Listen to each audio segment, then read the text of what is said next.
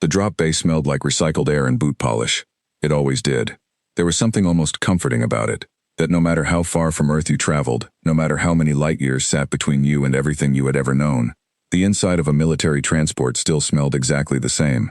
Like metal, like soap, like 40 people who had been sitting too close to each other for too long. I was one of those 40 people. My name is Marcus Vale, Sergeant, 3rd Terran Expeditionary Corps, 11th Infantry Division. I had been in the military for 9 years at that point, and I had spent a significant portion of those 9 years sitting in drop bays exactly like this one, waiting for something to happen. You might think that waiting gets easier with practice. It does not. It just becomes more familiar, like an old ache in a joint you injured years ago. You know exactly where it is. You know exactly how it feels. That doesn't make it comfortable.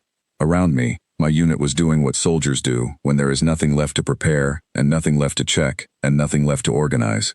Corporal Reyes was sharpening a blade she had already sharpened twice that morning. Private Jenkins was eating his 3rd ration bar of the hour, which was impressive even by his standards. Sergeant Holloway had somehow fallen asleep sitting upright against the hull, arms crossed, expression calm, as if the universe owed her a nap and she intended to collect. 2 of the newer recruits near the back were playing cards on an upturned helmet. The cards were bent and soft from overuse, but neither of them seemed to mind. I was writing in my field notebook. Not tactics, not objectives, nothing useful, just words. Things I noticed. Things I was thinking about. My first commanding officer had told me once that the best thing a soldier could do before action was to get their thoughts out of their head and onto something else. Paper, a wall, didn't matter. Just move them somewhere external so they stop rattling around inside you. I had followed that advice for 9 years, and the notebook was on its 17th volume. The translator unit on the wall crackled. That was how we heard the alien coalition's communications, piped through a small gray box bolted near the bay door, with a soft blue light that blinked when audio was incoming. Most of the time, the transmissions were in languages our systems converted to standard automatically. A flat, slightly mechanical voice reading out the translated words about 2 seconds after the original audio. It created a strange doubling effect, like watching a film where the sound is almost but not quite synchronized with the picture. I set down my pen and listened. The voice on the other end was Vale Hari.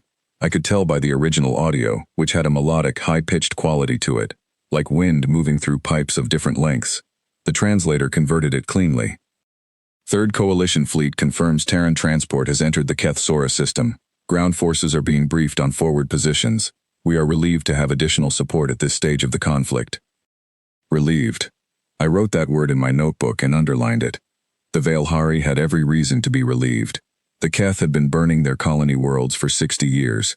60 years of a slow, grinding campaign that the Vale Hari and their coalition partners, the Sorn, the Duvari, the Pale Assemblies, had been fighting with everything they had, and still losing. Not dramatically, not in great catastrophic defeats, just slowly, system by system, station by station, the way a fire moves through a dry field. Patient, methodical, unstoppable. Until Earth had agreed to get involved. I still remembered the broadcast when the Galactic Accord formally recognized humanity's application for coalition membership. It had been 3 years ago, and I had been eating breakfast at a base canteen in northern Canada when it came through on the news feed. The commentators had been excited. Politicians had made speeches. Everyone seemed very pleased with themselves. I had finished my eggs and gone to train, because that was what you did when something large and uncertain was coming. You prepared. You trained. You got your house in order. And now here we were. 40 soldiers in a drop bay, the farthest any human beings had ever traveled from Earth, on their way to fight a war that had been going on for longer than most of our grandparents had been alive. The translator crackled again. This time the voice was Sorn, lower, with a rhythmic clicking underneath the words that the translator couldn't fully eliminate. We have confirmed Terran ground forces are equipped for surface engagement. Coalition commanders have suggested the Terran units take the forward staging positions at Grid 7 and hold for reinforcement.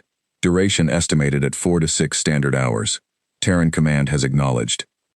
Reyes looked up from her blade. 4 to 6 hours, she said. Holding action. That's what they think, Jenkins said through a mouthful of ration bar. That's what they asked for, I said. Not the same thing. Our orders were clear enough, and they were not quite what the Vale Hari coalition had requested. Our General Adrian Park, a woman I had served under for 4 years and trusted entirely, had listened to the coalition's request for a holding action, thanked them for their thorough briefing, and then quietly filed our actual operational orders with Terran command only. The coalition would see the results. They didn't need to see the process. We were not going to hold. But that was not something I spent time thinking about in the drop bay, because thinking about the mission in the abstract was one of the most useless things a soldier could do in the hour before action. You thought about the mission when you were planning. When the time came to execute it, you thought about the next 5 meters. That was all. 5 meters at a time. I heard movement near the bay door. A figure stepped in from the connecting corridor, taller than any human in the room, with a posture that suggested deep uncertainty about where exactly to put 6 limbs when moving through a space designed for 2. He had to angle his upper body to clear the door frame, and his lower 2 limbs moved in a careful, deliberate pattern, like someone crossing a floor they were not entirely sure would hold their weight. His name was Velketh As. He was Sorn, one of the insectoid species in the coalition, though insectoid was a human shorthand that didn't really capture what he looked like. He was tall, perhaps 8 feet from the base of his lower limbs to the top of his head, with a dark blue-gray coloring that shifted slightly depending on the angle of the light. He had 4 upper limbs, 2 that functioned primarily as arms, 2 shorter ones folded against his midsection that he used for fine manipulation tasks, and 2 lower limbs that moved like a dancer's, precise and silent. His head was wide and flat, with large amber eyes that could move independently of each other, and a small mouth that sat below a structure of stiff, sensor-bearing bristles that functioned something like a nose. He was a xenoanthropologist. The Sorn Science Directorate had assigned him to our unit specifically to observe and document human behavior in combat conditions. He had introduced himself to me 6 days ago with a formal Sorn greeting that took about 40 seconds to complete, and had then spent the next 5 days following our training exercises with a data tablet the size of a small door and an expression that I could only describe as perplexed. He looked perplexed now. He stood near the entrance to the bay, his amber eyes moving independently across the room, one tracking Jenkins eating, the other watching Reyes sharpen her blade, and his smaller upper limbs tapped against each other in a pattern I had come to recognize as him thinking about something he didn't have a framework for. "Sergeant Vale," he said. His standard was formal and precise, with a slight consonant heaviness that the translator chip in his collar handled most of but not all of. "I have a question." "Go ahead," I said.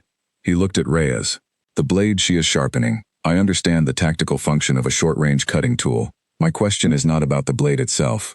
He paused. "I reviewed the equipment inventory this morning. She already has 2 blades of superior construction in her standard kit. Both are sharpened to optimal specification. This 3rd blade is older and of lower quality." Another pause. "Why is she sharpening it?" I looked at Reyes. She hadn't looked up, but I could tell she was listening. "Ask her," I said. Velketh As took 2 careful steps toward Reyes, his data tablet extended slightly like a person offering something neutral to establish good faith. "Corporal," he said, "may I ask about the blade?" Reyes finally looked up. She considered him for a moment. She was not a person who was made uncomfortable by unfamiliar things. It was one of the things that made her very good at her job. "My grandfather made it," she said. "He used to fix cars. This was one of his tools. He reshaped the blade himself when I enlisted." She turned it over in her hands once and looked at it. "It's not the best blade, but it's mine." Velketh As processed that. His small limbs tapped together twice. "And you sharpen it before action because it's mine," Reyes said again. "And it needs to be ready." She went back to sharpening. Velketh As stood there for another moment, then walked back toward me and lowered himself into a crouch, the Sorn resting posture, which looked profoundly uncomfortable to human eyes but apparently wasn't, and opened his data tablet. "I don't understand," he said quietly. "I know," I said. "She has superior tools available." "Yes. The logical choice is to use the superior tools." "She will," I said. "She'll use all of them. But she'll carry that one too." He made a note. I watched his stylus move across the tablet surface and wondered what language his notes were in, whether the words he used to describe us translated into anything his colleagues at the Directorate would recognize. Probably not, I thought. But that was all right. The bay hummed with the sound of the ship's engines adjusting. We were descending now. I could feel it in my inner ear, a slight pressure change, the distant sensation of the ship's attitude thrusters firing in sequence. Outside the hull, somewhere beyond the layers of metal and insulation and recycled air, the atmosphere of Kethsora was getting closer. I closed my notebook and slipped it into the inside pocket of my jacket. Jenkins finished his ration bar and crumpled the wrapper. "How long?" he asked. I checked my comm unit. 40 minutes. He nodded and reached for a 4th bar. Several people looked at him. He looked back at them, without any particular defensiveness. "I'm hungry," he said. "You're always hungry," Holloway said, without opening her eyes. "I'm a growing person," Jenkins said. "You're 26 years old." "I'm growing emotionally." Someone laughed.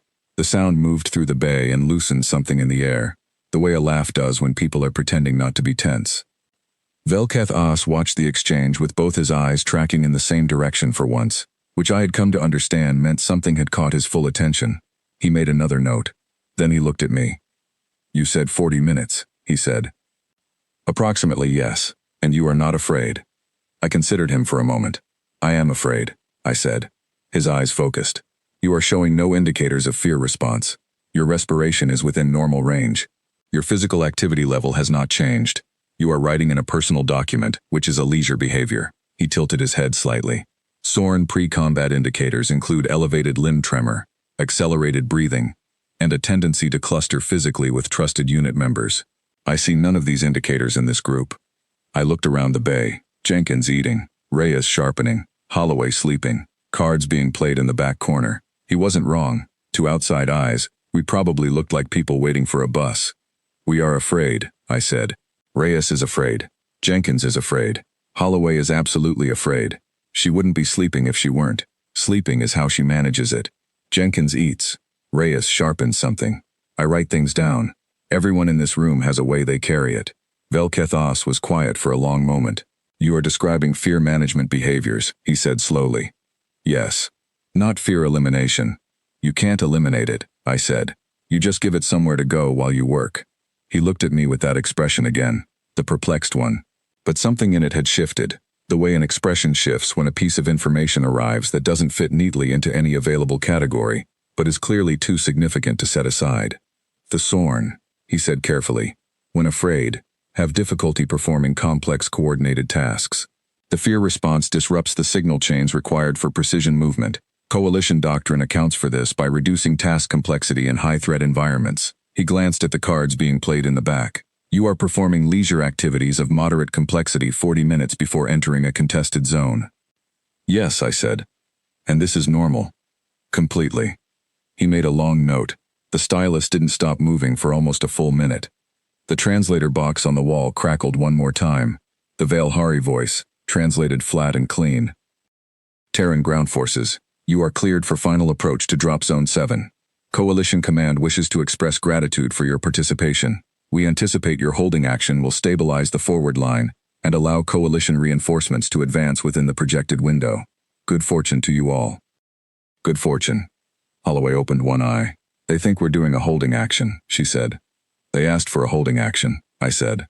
She smiled, very slightly, and closed her eye again. Velketh As looked between us. His stylus hovered above his tablet.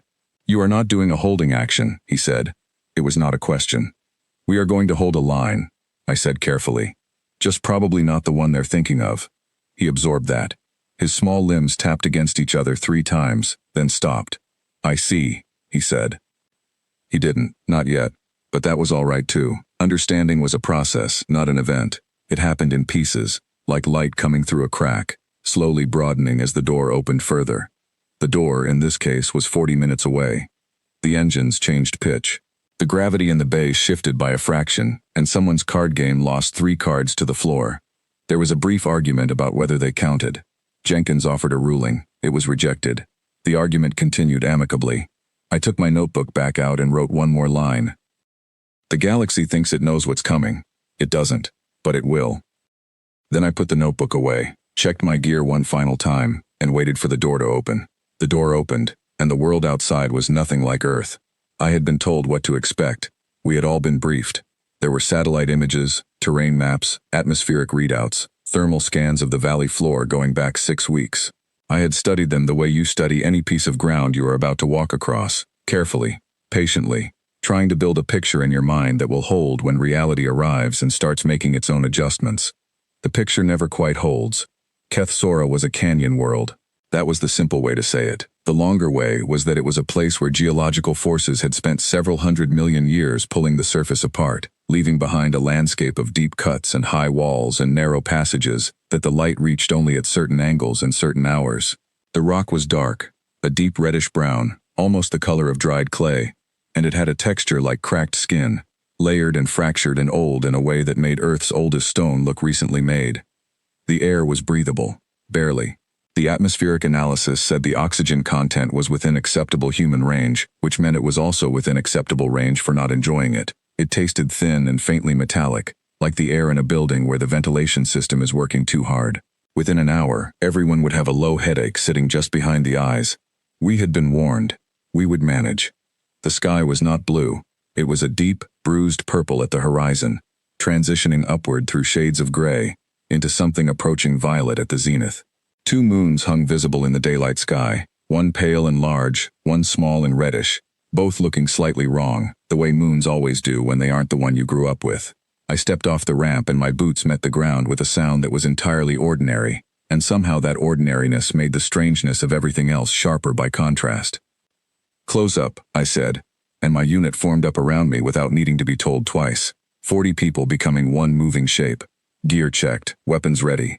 Eyes scanning the terrain ahead with the calm, practiced attention of people who had been trained to treat looking as an active skill rather than a passive one. Velketh As descended the ramp last, his 6 limbs managing the incline with careful deliberation, his data tablet already out, his amber eyes moving in 2 different directions across the landscape simultaneously. He had been given a light protective suit for the drop, standard Coalition observer issue, pale gray, form-fitted to his unusual dimensions, with a comm unit that linked to our frequency. He looked at the canyon walls rising on either side of us and his small limbs pressed flat against his torso, which I had come to understand was a Sorn response to environments that felt enclosed. "This is the valley," he said. Not a question, just placing the word against the reality. "Part of it," I said. "The contested section starts about 2 kilometers north." He looked north.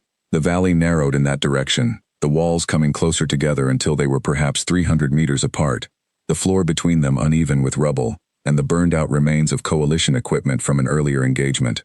I could see the scorch marks on the canyon walls from where I stood, long dark streaks going upward from wherever energy weapons had discharged and reflected. "The Keth hold the northern passage," Velketh As said. "Yes." "And the Coalition's previous 3 attempts to take it have failed." "Yes." "And our objective is to hold a forward line approximately here, at Grid 7, until Coalition reinforcements can advance behind us." He looked at his tablet. "That is what Coalition Command was told." I didn't answer that. He noticed I didn't answer it and made a note. We moved. The 2 kilometers to the forward position took about 20 minutes on that terrain. The ground was uneven and required attention, not speed. We moved in a formation that had no particular name in any manual. It was something that evolved naturally when experienced soldiers moved through narrow terrain together, a kind of loose, adaptive shape that opened and closed around obstacles and always kept sightlines clear in the directions that mattered. The Coalition liaison units were already at Grid 7 when we arrived. Valhari troops, tall, slender, with a grayish-green coloring and large eyes designed for the low-light conditions of their home system. They wore layered armor that looked almost organic, grown rather than manufactured, and they carried energy weapons that hummed faintly at a pitch just below comfortable human hearing. Their commander, a figure I understood was a senior field officer, though the exact rank translated oddly, met me at the edge of their position. The translator handled the exchange smoothly. He told me the situation. The Keth were approximately 800 meters north, dug into a fortified position at the narrowest point of the passage. They had held it for 11 days against 3 Coalition assault attempts. Casualties in those attempts had been significant. Current Coalition doctrine recommended the holding action, stabilize here, wait for additional forces, attempt a coordinated push with greater numbers. I thanked him for the briefing. He asked if we required time to establish our position and assess the terrain before committing to the holding line. I told him we were fine. He looked at our unit, 40 humans standing in the reddish light of an alien canyon, checking gear and studying the terrain to the north, and something in his expression shifted. It was a small shift, the kind that happens when a prediction and a reality fail to match, and the brain hasn't yet decided what to do about the gap. He asked if we needed anything. I told him we had what we needed. He nodded, a gesture that had apparently become universal enough in Coalition contact that it translated without comment, and returned to his unit. Velketh As moved to stand beside me. He expected more questions, he said quietly. Probably, I said. He expected you to ask about the Keth defensive positions, the sight lines, the range of their weapons systems, the results of the previous engagements. We have the satellite data and the after-action reports from the previous attempts, I said. We read them on the ship. Ah, he said, and then, after a pause, you prepared in advance rather than upon arrival. Yes. The coalition units typically perform their terrain assessment on arrival. Different approach, I said. He made a note. General Park appeared at my shoulder. She was a small woman who had somehow never once in my experience of her taken up a small amount of space. She had a quality of presence that expanded to fill whatever room she was in, which in this case was an open canyon, and she managed it anyway. She looked north, at the narrow passage, at the Keth position somewhere beyond the rubble and the scorched walls, and she was quiet for about 10 seconds. Then she said, simply, "Let's not keep them waiting." That was the order. That was all of it. And we moved. I want to be precise about what I felt in those first moments, because I think precision matters here, and easy words would make it smaller than it was. I was afraid. I have already said this, and I will keep saying it, because it is the truth, and the truth is important. The fear was a physical thing, a tightness across my chest, a slight heightening of everything, color a little sharper, sound a little clearer, the ground under my boots suddenly very specific and real. This is what fear does. It makes the world very immediate, and I walked forward into it. We all did. No one ran, that was the first thing. The Veilhari liaison watched us from the grid 7 position, and I saw him, through the corner of my eye, because my main attention was forward. I saw him turn to one of his officers and say something. I couldn't hear it, the translator wasn't picking up their internal communications, but I could see the posture of the conversation, and it had the shape of confusion. We were not running, we were walking, a measured, deliberate pace, in formation, covering our angles. The way you move when you are being careful, not when you are panicked, not when you are charging with the sharp-edged excitement of aggression. We were walking the way you walk when you have somewhere to be and you intend to get there. The Keth saw us at about 400 meters. I know this because their communications, which our systems were monitoring and translating in near real time, showed a sudden spike in activity at that distance. Short transmissions, quick exchanges. The translation came through in fragments because they were moving fast. Contact, bipedal. Coalition? No. Different configuration. Unknown unit type. Then a pause. Then, they are not stopping. We were not stopping. At 300 meters they opened fire. The first volley came in high. Energy weapons. The same general technology the coalition used but heavier, with a deeper sound and a different heat signature. They were ranging us, which told me their targeting systems needed a moment to calibrate to our movement pattern. We adjusted without breaking stride, not by running but by spreading, the formation opening laterally so we were harder to bracket. Jenkins caught a partial hit on his left arm at 280 meters. I saw it happen. A partial hit from a Keth energy weapon would have ended a Veilhari soldier's combat effectiveness entirely. The armor they wore was excellent, but the shock transmission through it was significant, and their nervous systems responded to that level of energy discharge with a shutdown response that was protective but incapacitating. That was the biology. That was how they were built. Jenkins stumbled one step, only one. His left arm dropped, and I could see even from several meters away that something was wrong with it.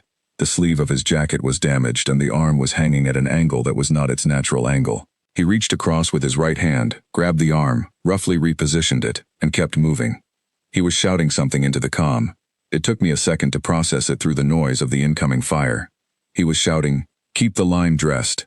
Close it up on the left." Not about his arm, about the formation. Vel Kethas, watching from the elevated position at Grid 7, said something into his recorder. I found out later, when I read his preliminary notes, what it was. He had said, "The injured unit member did not remove himself from forward movement. He did not signal distress to nearby unit members. He corrected his physical position manually, and immediately resumed coordinated movement. He appears to be prioritizing formation integrity over personal injury response. I do not have a category for this." At 200 meters we started returning fire. I won't describe it in the terms of tactics and angles and weapon specifications, because that's not what it felt like from inside it. What it felt like was noise and light and the ground being very close and very specific under my boots, and the people around me, Reyes, Holloway, the others, moving with a focus that had gone beyond thought into something older and more immediate. Training taking over where thinking was too slow. The Keth, to their credit, were very good. They were faster than us. Their reaction times were measurably quicker. Their weapons were powerful. Their fortified position gave them significant defensive advantage. On paper, this should not have been going the way it was going. On paper, 40 human soldiers walking into a position that had defeated 3 coalition assault attempts was not a rational equation.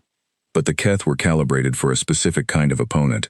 They knew how biological beings responded to pain and damage and the threat of worse. They knew how to apply pressure to a line until it broke, because every line they had ever pushed against had eventually broken. That knowledge was in their training, in their tactics, in their muscle memory. They were very good at breaking lines. We did not break. At 150 meters, they shifted their targeting. I recognized the pattern. They were moving from suppression fire to precision targeting, picking individuals rather than the formation. It was the right tactical decision. It was what you did when a formation refused to be broken by volume. You picked it apart piece by piece. They hit Reyes.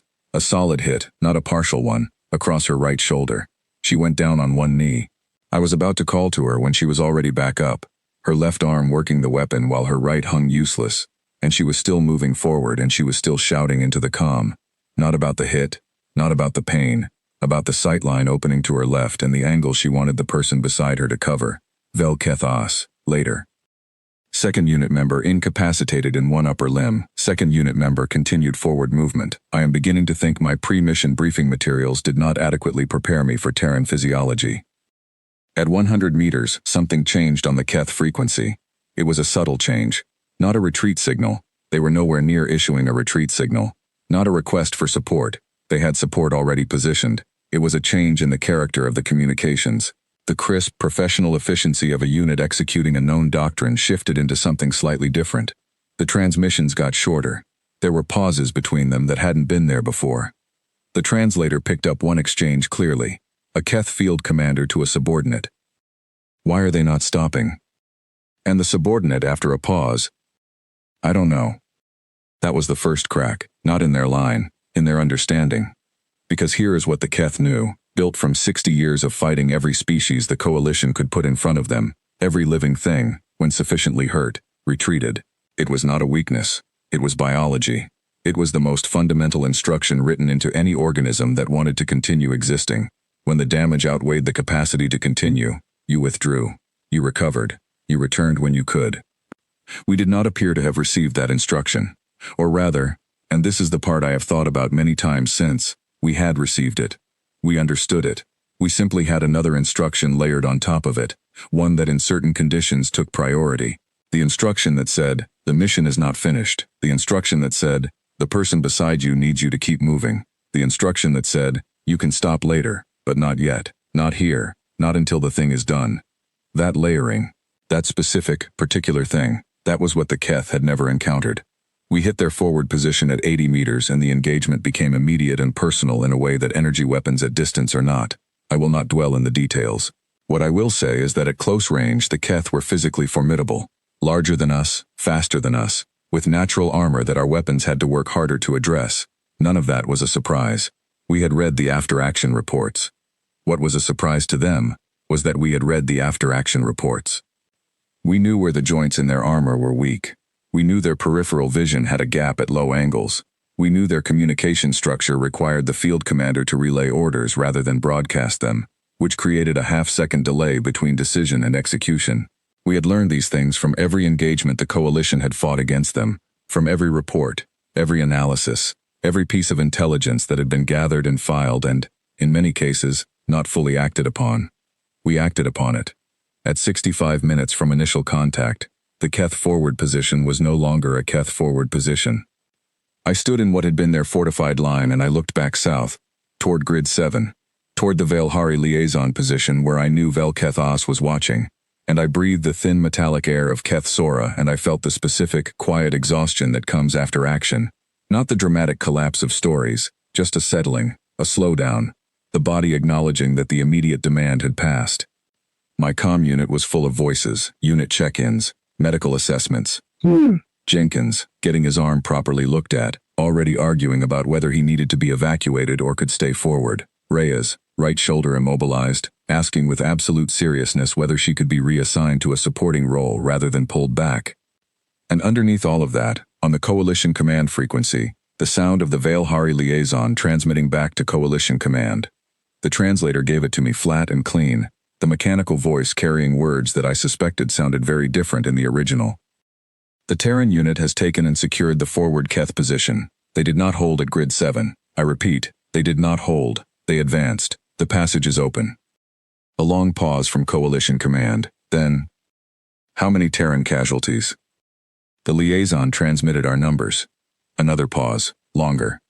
Then, very quietly, in a tone that the translator rendered faithfully, but which I think lost something in the conversion, some quality of the original voice, some texture, Coalition Command said, "Understood. Requesting clarification on Terran operational intent going forward."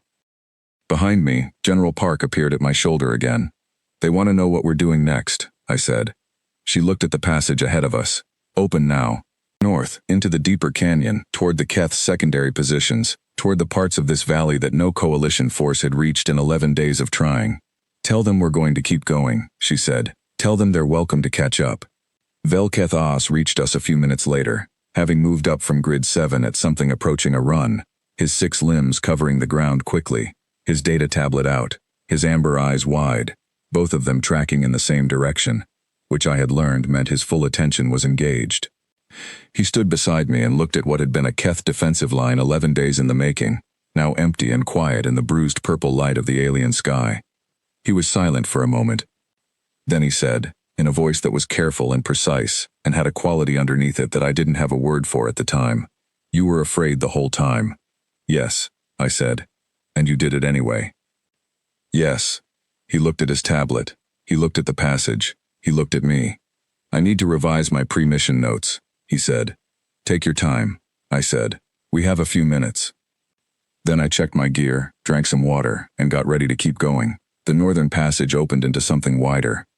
That was the word I kept coming back to in my mind as we pushed through the narrow canyon throat and emerged on the other side, wider. The valley broadened here into a vast, broken bowl of terrain, the walls pulling back on both sides to a distance of perhaps half a kilometer, the floor between them a complicated geography of rock formations, and dried riverbeds and long ridges of rubble, that had once been something else, buildings perhaps, or natural formations worn down over centuries into shapes that no longer had clear names.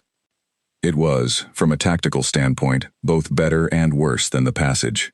Better because there was room to move, room to spread, room to use the terrain rather than simply endure it. Worse because the Keth knew this ground, and they had not spent 11 days defending a forward position without also preparing what came behind it. We stopped at the edge of the widened valley and I glassed the terrain ahead. The word glassed was old. It came from the days of optical lenses, when soldiers pressed actual glass to their eyes to see at distance. We use something far more sophisticated now, a compact multi-spectrum unit that overlaid thermal data and motion tracking onto the visual feed. But the word had survived, because some words outlast the technology that invented them. What I saw through the glass was not good, in the sense that good meant simple and safe and uncomplicated. There were Keth units moving in the middle distance, repositioning after the loss of the forward position. They were fast and disciplined. I could see that even at this range, they were not panicking, they were adapting, which was a more dangerous thing. I lowered the glass and turned to where General Park was crouched behind a ridge of dark rock, looking at her own display. "They're pulling back to the secondary ring," she said, without looking up. "That gives them elevated positions on both flanks and a central kill zone about 300 meters wide. How long to set up the pincer approach?" 2 hours, if the flanking teams make good time on the high ground." She did look up then. "Can we hold 2 hours?" I thought about the 40 people I had come in with. Jenkins, arm in a field brace, refusing to go to the rear with an expression that said he would accept being physically carried before he accepted being left behind. Reyes, right arm immobilized, left arm perfectly functional, already talking about adjusted firing positions. Holloway, entirely uninjured, which was almost suspicious, moving through everything with that eerie calm that made newer soldiers either deeply reassured or slightly unnerved. And the others, 20 people who had been in various grades of combat before this, and 14 who hadn't. All of them moving, all of them present, all of them doing the next thing that needed doing. "We can hold 2 hours," I said. "Then hold." She moved away with her command team, heading for the high ground approach, and I turned back to the valley and the work of holding it. Velketh Oz had not gone with the command team. He was standing a few meters to my right, in the shelter of the same rock ridge, his tablet recording, his eyes moving across the terrain with an attention that had shifted over the last hour from academic observation to something more immediate. He had seen things in the forward position that had changed the quality of his watching. I didn't know the Sorn well enough yet to read exactly how, but I could see it. Something had tightened in his posture. "You are going to remain in this position," he said. It wasn't entirely a question. For a while, I said. While the main force repositions. Yes. He processed that. This unit, reduced in capability by the previous engagement, will hold the approach against Keth forces that are currently regrouping and likely to attempt a counter-movement. That's the shape of it. And you consider this achievable? I looked at my unit, spread across the defensive positions with the quiet efficiency of people who had been in difficult places before. I consider it necessary, I said. Achievable follows from that. He made a note. His stylus moved for a long time. The Keth came at us 40 minutes in. Not their full strength. This was a probing action. Their version of the same thing the Coalition had asked us to do at Grid 7. They sent forward a vanguard, faster and lighter than the main units, designed to test the resistance of a line and find its soft points. They were quick across the open ground, using the rock formations for cover in a way that showed they knew this terrain down to its details, every ridge and fold and hollow something they had used before. We let them come to 300 meters and then made them very aware that we were here. The exchange that followed was sharp and brief and expensive for the Keth vanguard, because they had made a calculation error. The calculation error was this. They had assessed our unit's strength based on the damage we had taken in the forward position, and they had decided that damage made us a reduced threat. What they had not accounted for was that the damage and the capability were not as connected as their models assumed. Jenkins, arm in a brace, was still one of the best shots in the unit. The brace affected his left arm. His right arm worked fine. He made adjustments, and those adjustments cost the Keth vanguard's left flank dearly. Reyes, right arm immobilized, had repositioned her weapon to a braced configuration against a rock shelf and was directing fire with her left hand with a focus that was almost meditative, like someone solving a slow and interesting puzzle. This was the thing that the Keth vanguard encountered, not a weakened line, a line that had simply reorganized around its injuries and was working with what remained, and what remained was substantial. They pulled back. I watched them go and felt, not triumph, but the particular grim satisfaction of a line that held. It was a quiet feeling, not exciting, just solid. Velketh Ass spoke from beside me. He had been silent during the exchange, recorder running, body very still in the way I had come to recognize as his version of focused attention. They expected resistance, he said, but not that quality of resistance. Probably not, I said. They were targeting your injured personnel. Yes. Because logically, injured personnel represent reduced capability. Logically, I agreed. But the injured personnel did not behave like reduced capability. He was quiet for a moment. They behaved like personnel who were angry about being injured, and were expressing that through increased precision. I looked at Jenkins, who was reloading with the careful one-handed efficiency of someone who had been practicing the motion since his arm went into the brace. That's one way to describe it, I said. He made another note. The second Keth push came an hour later, and it was different. This was not a probe. They had regrouped, and they had made a decision, and the decision was to send the Vorkai. I had read about the Vorkai in the Coalition intelligence files. Everyone in the unit had. They were the Keth shock units, specialized for close-range breakthrough actions, physically much larger than standard Keth soldiers, with heavier natural armor and a speed that was startling for their size. In every engagement the Coalition had documented, the appearance of the Vorkai had been the tactical turning point. They hit hard, they hit fast, and the psychological effect of their appearance was significant. Coalition unit cohesion consistently degraded when the Vorkai entered the engagement. That was in the files too. That was one of the things we had read carefully. I heard them before I saw them, a sound that was different from the general noise of the engagement, something deeper and more regular, like a pulse through the rock. Then I saw them. There were 12 of them, and the files had not been wrong about their size. 8 feet of Keth shock trooper moved differently from a standard Keth soldier. There was a weight to it, a presence, the ground registering each step in a way you felt rather than heard. Their armor was thicker, darker, and the weapons they carried were scaled to match. They came straight at the center of our line. I will say this clearly. It was a frightening moment. Not in the sense that a story uses the word frightening, as decoration, to signal that something dramatic is happening. In the actual physical sense that my body registered as danger, very specifically and very immediately, and the part of me that was not trained responded to it with a strong and clear message about finding somewhere else to be. The trained part noted the angle of approach, the gaps in their formation, the 2 rock ridges on our left that could channel their advance if we shifted the line slightly, and began addressing the situation. Left shift, I said into the comm. 20 meters, Reyes, anchor right. Jenkins, high position, secondary targets. The line moved. 20 meters to the left, smooth and fast. using the terrain that we had spent the last hour learning while we waited. The Vorkai adjusted, but adjusting cost them 2 seconds, and in those 2 seconds the angle changed enough to matter. They hit the line hard. I won't pretend it went cleanly. It did not go cleanly. The Vorkai were everything the files said they were, and the files had been honest. 2 of our people went down in the first contact, not permanently but significantly enough that they were out of the immediate fight. The rest of the line compressed and bent under the impact the way a rope bends when you pull it hard, and for a moment it had the quality of something about to break. It did not break. Corporal Reyes, right arm in a sling, left arm doing everything, had positioned herself at the rightmost anchor point, and when the Vorkai push tried to roll around our flank she was already there. She was not there because someone told her to be. She was there because she had read the terrain the same way I had, and reached the same conclusion 30 seconds earlier, and moved without being asked. She did something that I find difficult to describe without making it sound more dramatic than it actually was in the moment. In the moment, it was simply a person doing the next necessary thing. She jammed a breaching tool, the heavy mechanical wedge used for forcing entry through reinforced structures, into the joint between the lead Vorkai's chest and shoulder armor, at the exact gap the intelligence files had identified as structurally weak, and she applied leverage. The Vorkai went down. Not because she was stronger than it. She absolutely was not stronger than it. She did it because she knew exactly where to apply a smaller force to produce a larger result, and she had positioned herself to apply it, and she did it while being afraid, which was the part that nobody's files accounted for. The doing of necessary things while afraid. The gap between knowing something is dangerous and stopping because of it. The Vorkai line lost its momentum in the confusion of the fallen lead unit.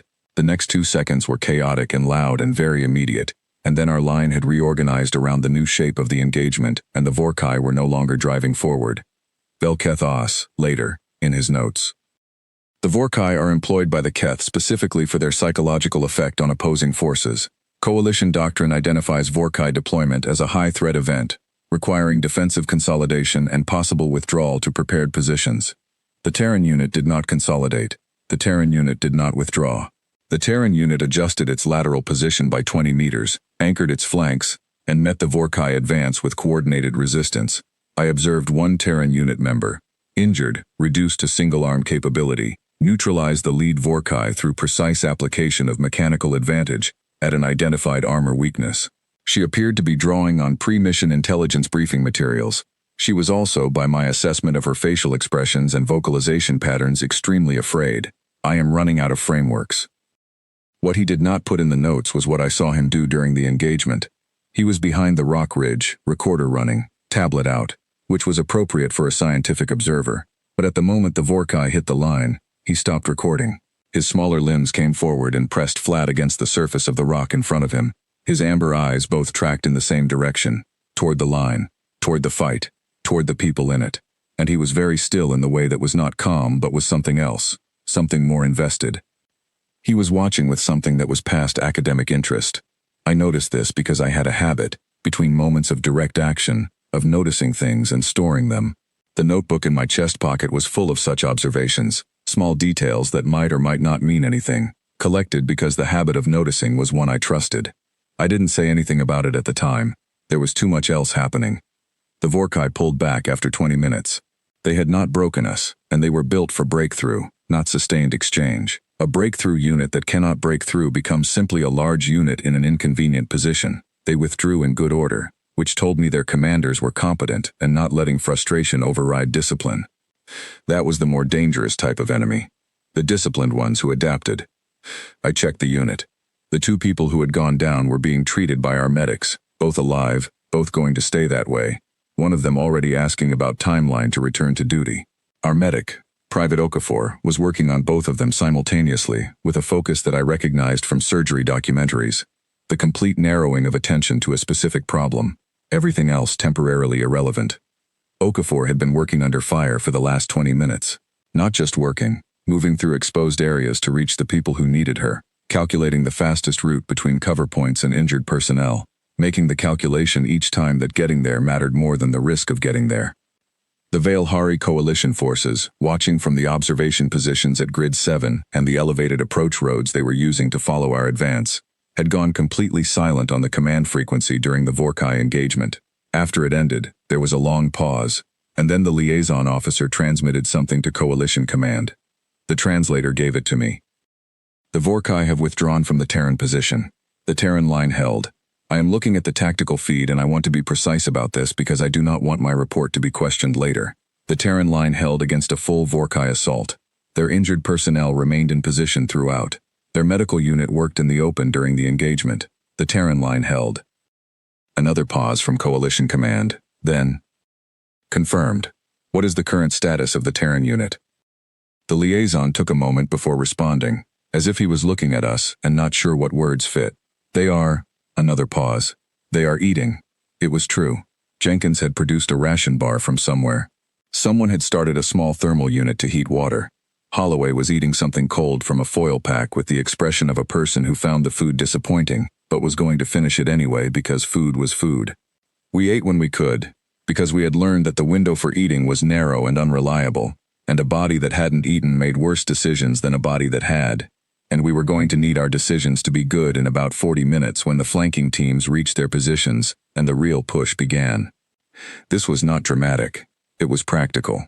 But I understood, watching the translator box cycle through the coalition's reaction to our ration break, that to outside eyes it looked like something else entirely. It looked like we weren't afraid of what was coming, which was not true. We were afraid. We were always afraid. The ration bars and the thermal unit and Holloway's expression of mild disappointment about her food, these were not the absence of fear. They were the management of it. The same way the notebook was management. The same way sharpening a blade was management. You put the fear somewhere useful, and you ate your food and you got ready for the next part. Velkethos came and sat beside me on a piece of flat rock while I ate. He didn't have food. His nutritional requirements were met by a slow-release compound in his protective suit, which he had mentioned once with what I suspected was mild envy of our more interesting solution to the same problem. He was quiet for a moment. His recorder was off, I noticed. His tablet was closed. "The Sorn have a word," he said eventually, "for the feeling that occurs when you observe something that you understand individually but cannot understand as a whole. When each piece makes sense but the combination does not." "What's the word?" I said. He said something in Sorn, a flowing, clicking sound that the translator rendered only partially, producing a placeholder note that said, "What does it mean, approximately?" I asked. He thought about it. Something like, "The feeling of a map that is correct in every detail but which describes a country you have never seen and cannot quite believe exists." He was quiet for a moment. "I have been feeling it since this morning." I finished my food. The flanking teams would be in position in 30 minutes, and the next phase would begin, and there would be more to carry after that. "That's a good word," I said. He looked at the valley, at the Keth positions in the middle distance, at my unit preparing around us in the reddish light. "Yes," he said, "I am using it a great deal today." The flanking teams reached their positions at exactly the time General Park had said they would. I know that sounds like a small thing. In the context of everything else that was happening, the Keth regrouping in the middle of the valley, the coalition forces cautiously moving up behind us, the bruised purple sky darkening toward the local equivalent of evening, it sounds like an administrative detail, the kind of thing that gets noted in after-action reports and then forgotten. But I want to say it plainly because it mattered. General Park said 2 hours, and at 2 hours the flanking teams were in position, not approximately, not close enough, exactly. This was not an accident. It was the result of a specific kind of preparation that had happened before any of us set foot on Keth Sora, the kind that happens in rooms with maps and timelines and people who ask hard questions about what goes wrong, and then build the answer to those questions into the plan before the plan is executed. We had wargamed this valley on the ship. We had walked through the approach routes in simulation. We had identified every place the flanking movement could slow down, and built in contingencies for each one. The Keth had not planned for us. We had planned for them. I heard General Park's voice on the command frequency, calm and precise, the way she always sounded when things were about to become demanding. "All units confirm ready." The confirmations came in. Each flanking team, the support elements, my unit at the center, holding the approach, Jenkins with his braced arm and Reyes with her immobilized shoulder, and Holloway with her expression of general readiness, and all the others, present and functional and waiting. I confirmed last. "Execute," Park said. And that was it. One word. The whole enormous complicated thing distilled to a single syllable and then released into motion. The Keth secondary position was built into the elevated terrain at the northern end of the widened valley, a naturally fortified arrangement of rock formations that they had improved with constructed barriers and embedded weapon systems over the 11 days they had held this ground. It was, by any objective measure, an excellent defensive position. High ground, overlapping fields of fire, protected flanks. A coalition frontal assault against it would have been brutal and slow and expensive. We were not doing a frontal assault. The flanking teams moved along the high ridges on both sides of the valley, using the approach routes we had identified in the satellite data. Narrow, difficult, requiring real physical effort to traverse, which was precisely why the Keth had not prioritized defending them. The calculus had been that no coalition species would attempt those routes in sufficient numbers to matter. It was a reasonable calculus. It was wrong. My unit's job was to keep the Keth's attention facing south, toward us, toward the center of the valley. We needed them watching the direction they expected the threat to come from while the actual threat worked its way around them. I will be honest about what this required. It required us to be visible. It required us to move forward, into the kill zone General Park had described, and to make ourselves sufficiently present that the Keth commanders kept their attention on us rather than their flanks. Nobody said this was going to be comfortable, I told the unit over the comm. Nobody says a lot of things, Jenkins replied. It's one of the great failures of military communication. Holloway made a sound that might have been a laugh. We moved into the valley. The Keth responded immediately and heavily, which was what we needed them to do. Energy weapon fire came from 3 elevated positions along the northern line, concentrated and coordinated, the kind of fire that was designed to suppress movement across open ground. It was effective fire. We moved through it in short bounds, using every piece of available cover, the rock formations, the old ridges, the dried riverbeds, and it was not comfortable, and it was not clean, but we moved, and we kept moving, and we stayed visible. Velketh As was not with us for this part. General Park had directed him to the elevated observation position on the eastern ridge, where he would have a clear view of the entire valley, and could document what happened without being in the center of it. He had accepted this direction without argument, though I noticed, just before we separated, that the direction came as a relief to him rather than a frustration. He wanted to see the whole picture. He had his reasons. At 40 meters into the crossing, Private Okafor caught a partial hit on her leg. She went down and I was beside her in seconds, and she looked up at me with an expression that was annoyed rather than frightened, which was characteristic of her. "It's the muscle," she said, probing it with professional attention, "not the bone. Give me 30 seconds. "You have 30 seconds, I said, and I meant it, and she took them. And then she was moving again, slower than before but moving, redistributing her weight across the working leg, with the specific determination of someone who has decided that the available options are to keep going, or to give up, and giving up is not actually an option. The Keth were good. I want to be clear about this. They were responding intelligently, adjusting their fire to track our movement, working together with the kind of coordination that only comes from a unit that has trained together extensively, and fought together enough to have built real trust in each other's judgment. If we had been any other coalition species, their response would have been more than sufficient. We were not any other coalition species. At 60 meters into the crossing, I heard a change in the Keth communication frequency.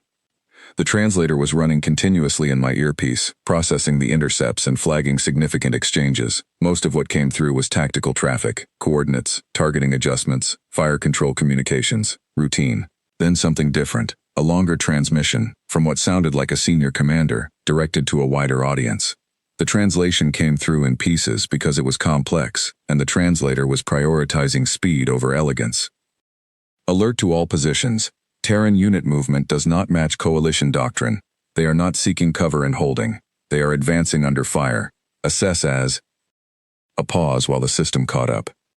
Assess as deliberate advance, not disoriented movement. Adjust targeting priorities. Targeting their injured is not producing expected results. They are... Another pause. They are not stopping. That phrase again. The same one from the forward position. I had started keeping count in the back of my mind, because it kept appearing in their communications, and there was something in the repetition that told me it was not simply a tactical observation. It was a statement of something that didn't fit, something that their systems, their training, their experience, their accumulated knowledge of how living things behaved under sufficient pressure, could not fully process. The flanking teams hit both ridges at the same moment. I heard it before I saw the effect of it, a sudden change in the character of the Keth fire, which had been heavy and focused and became, in the space of about 4 seconds, divided and uncertain. Divided fire is weaker fire. A defender who has to watch 3 directions at once cannot fully cover any of them. The Keth commanders understood this. I could hear in the communication traffic the immediate professional response, the rapid reallocation of units to address the new threats. But reallocation takes time, and in the time it took, we covered the remaining ground. The central Keth position, which had been pouring coordinated fire into the valley floor, was now managing 3 simultaneous pressures from 3 different angles, and the mathematics of that had shifted in a direction that did not favor them. I reached the base of the northern elevation with Jenkins on my left and Holloway on my right, and 7 others spread across a 30-meter line, and I looked up at the constructed barriers above us and I thought, not for the first time and not for the last, the next part is going to be difficult. It was difficult. I will not slow the story down to detail every moment of the push up that slope, because the details blur in memory the way they always do in close action. It becomes a sequence of immediate decisions rather than a narrative, each one made with the information available in that second, most of them correct, a few of them wrong, in ways that had to be corrected quickly. This is what fighting is actually like, not a story with clean beats, a series of present moments, each one demanding everything you have, and then the next one, and then the next. What I will tell is the moment that I think about most, the one that stays clear while the rest blurs. We were 2/3 of the way up the slope when the Keth pushed back, not a withdrawal, a countercharge, the last significant aggressive option available to a unit that is being compressed from multiple sides and knows it. 8 of them came down the slope toward us at speed, and in the confined space of the elevated approach there was not much room for the kind of lateral movement that had served us well in the valley. Jenkins went to one knee and started working systematically with his right arm. Holloway moved left to create an angle. 2 of the others anchored positions, and I moved forward, which was the option that made the least tactical sense on paper and the most practical sense in the moment, because the only way to take the momentum out of a charge is to meet it rather than receive it. There is a pause that happens in those moments, a fraction of a second where 2 forces are very close and nothing has resolved yet, and the world seems to be waiting to find out what happens next. I have been in that pause more times than I want to count, and I have never found a way to make it feel routine. Then the pause ends and you find out. We met them on the slope, and the exchange that followed was brief and costly, in the way that close-range engagements always are, where there is no distance to manage and every decision is immediate, and the difference between a good outcome and a bad one is measured in fractions and timing. We took 2 more people down, temporarily, not permanently, though I didn't know that for certain in the moment. The Keth countercharge lost its shape, and then we were past them, and moving upward again, and the summit of the position was 20 meters away. Jenkins, arm in a brace, reaching the top of a fortified Keth position after 4 hours of continuous engagement, said something that I recorded in my notebook later from memory because I didn't want to lose it. He reached the top, looked at the situation, looked at me, and said, "Are we stopping here or are we keeping going?" Not because he didn't know, because he wanted to make sure I knew that stopping wasn't something he needed. "We're holding here," I said. "Let General Park bring the rest through." He nodded. "All right then," he said, and he found a flat piece of rock and sat down and began field dressing a new cut on his good arm, with the focus of someone doing a routine and slightly tedious task. The flanking teams had secured the ridge lines. The central position was ours. The Keth secondary line, which had held for 11 days against 3 coalition attempts, had taken 5 hours and 40 minutes to fall, measured from the moment we stepped through the passage. I stood at the summit of the northern elevation and looked south across the valley, back the way we had come, and I could see the full picture from up here in a way I hadn't been able to see it from inside it. The Grid 7 position where the Veilhari liaison had watched us begin, the passage where we had taken the forward line, the wide valley floor we had crossed, the slope below me. It looked different from above. It always did. What felt enormous from inside looked contained from outside, and what was invisible from the ground, the shape of the thing, the pattern of it, was clear from height. Coalition units were moving up from Grid 7 now, a long, careful line of Veilhari and Sorn and Duvari soldiers advancing through the passage that we had opened, spreading into the valley that we had crossed. I watched them come and felt something that was not pride exactly. Pride is too simple a word and too individual, but something in that direction, larger, connected to more people than just myself. The Keth communication frequency had gone very quiet, not silent. They were still talking, but the volume and frequency of the traffic had dropped dramatically, and the character of what remained had changed. Earlier in the day it had been crisp and professional and confident, the sound of a unit executing a doctrine that had worked many times before. Now it was something else, shorter, more careful. The pauses between transmissions had lengthened. I had heard that quality in communications before, in earlier postings, in different conflicts. It was the sound of people trying to understand something that didn't fit their models, trying to find the language for a situation that the language wasn't ready for. The translator flagged a transmission from the Keth High Command, not to the field units but from them, transmitted backward up the chain to wherever the Keth kept their commanders and their analysts and their decision-makers. A field report.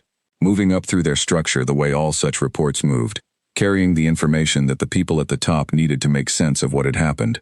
The translation was imperfect. High-level Keth military communication used a formal register that our systems had less data on than the field communications, but the meaning came through clearly enough. Day 1, first engagement. Terran ground forces engaged at forward position, secondary position, and primary line. Performance does not match coalition parameters. Key observations. Units did not retreat under sustained fire. Injured personnel remained combat effective and continued engagement. Psychological disruption tactics including Vorkai deployment produced no observable effect on unit cohesion. Medical personnel operated in exposed positions throughout. Units advanced continuously across a period of approximately 5 hours without rest interval. A pause in the transmission, which was unusual in a formal military report. Then, request guidance from High Command on tactical classification of Terran forces. Current biological threat models are insufficient. Terran units appear to treat physical damage and risk of further damage as obstacles to be managed rather than deterrents to action. We do not have a doctrine for this. We are requesting one. I read the translation twice. Request guidance. Current models are insufficient. We do not have a doctrine for this. I thought about that for a long moment, standing on the elevated position in the thickening violet light of the alien evening, with Jenkins sitting on his rock and Holloway doing inventory of her remaining equipment, and Okafor hobbling between the two temporarily downed soldiers with her supplies and her focus. 60 years. The Keth had been fighting the Coalition for 60 years. In 60 years, they had developed a comprehensive doctrine for every species they faced. Detailed, specific, effective. They knew how Veilhari units broke under pressure. They knew how Sorn formations responded to flank attacks. They knew the exact parameters within which Duvari commanders made withdrawal decisions.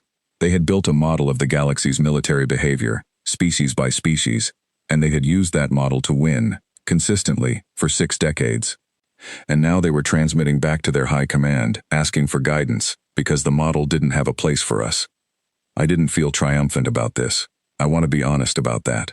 What I felt was something more complicated, a kind of weight, not unpleasant but not light either. The awareness that something significant had shifted, and that we were the thing that had shifted it. And that being the thing that changes a 60-year calculation, carries responsibilities that victory speeches don't usually mention. Velketh Os reached the elevated position 20 minutes later, having moved up from his observation point on the eastern ridge now that the engagement had resolved. He climbed the final section of slope with his 6 limbs moving carefully across the unfamiliar terrain, his tablet under one of his smaller arms, his recorder running. He reached the top and stood beside me, and looked at the valley below, and the coalition forces moving through it, and the Keth communication indicators on his tablet, showing the dramatic reduction in traffic. He was quiet for a long time, longer than usual. From the observation position, he said finally, I had a view of the entire engagement, all 3 attack vectors simultaneously, the timing of the flanking movements relative to the central advance, the distribution of Keth fire when they became aware of the flanks. He paused. I have been in scientific work for 23 years. I have observed many things. I have a very clear memory of things I observe. Another pause. Shorter. I don't think I will forget today. No, I said. Probably not. The Keth request for doctrinal guidance, he said. He had the translator feed running too, evidently. They are asking their commanders how to fight you. Yes. Their commanders will not have an answer. I looked at him. What makes you say that? He met my eyes, both his, tracking together, the full attention posture. Because the answer would require their commanders to have encountered you before, and no one has encountered you before.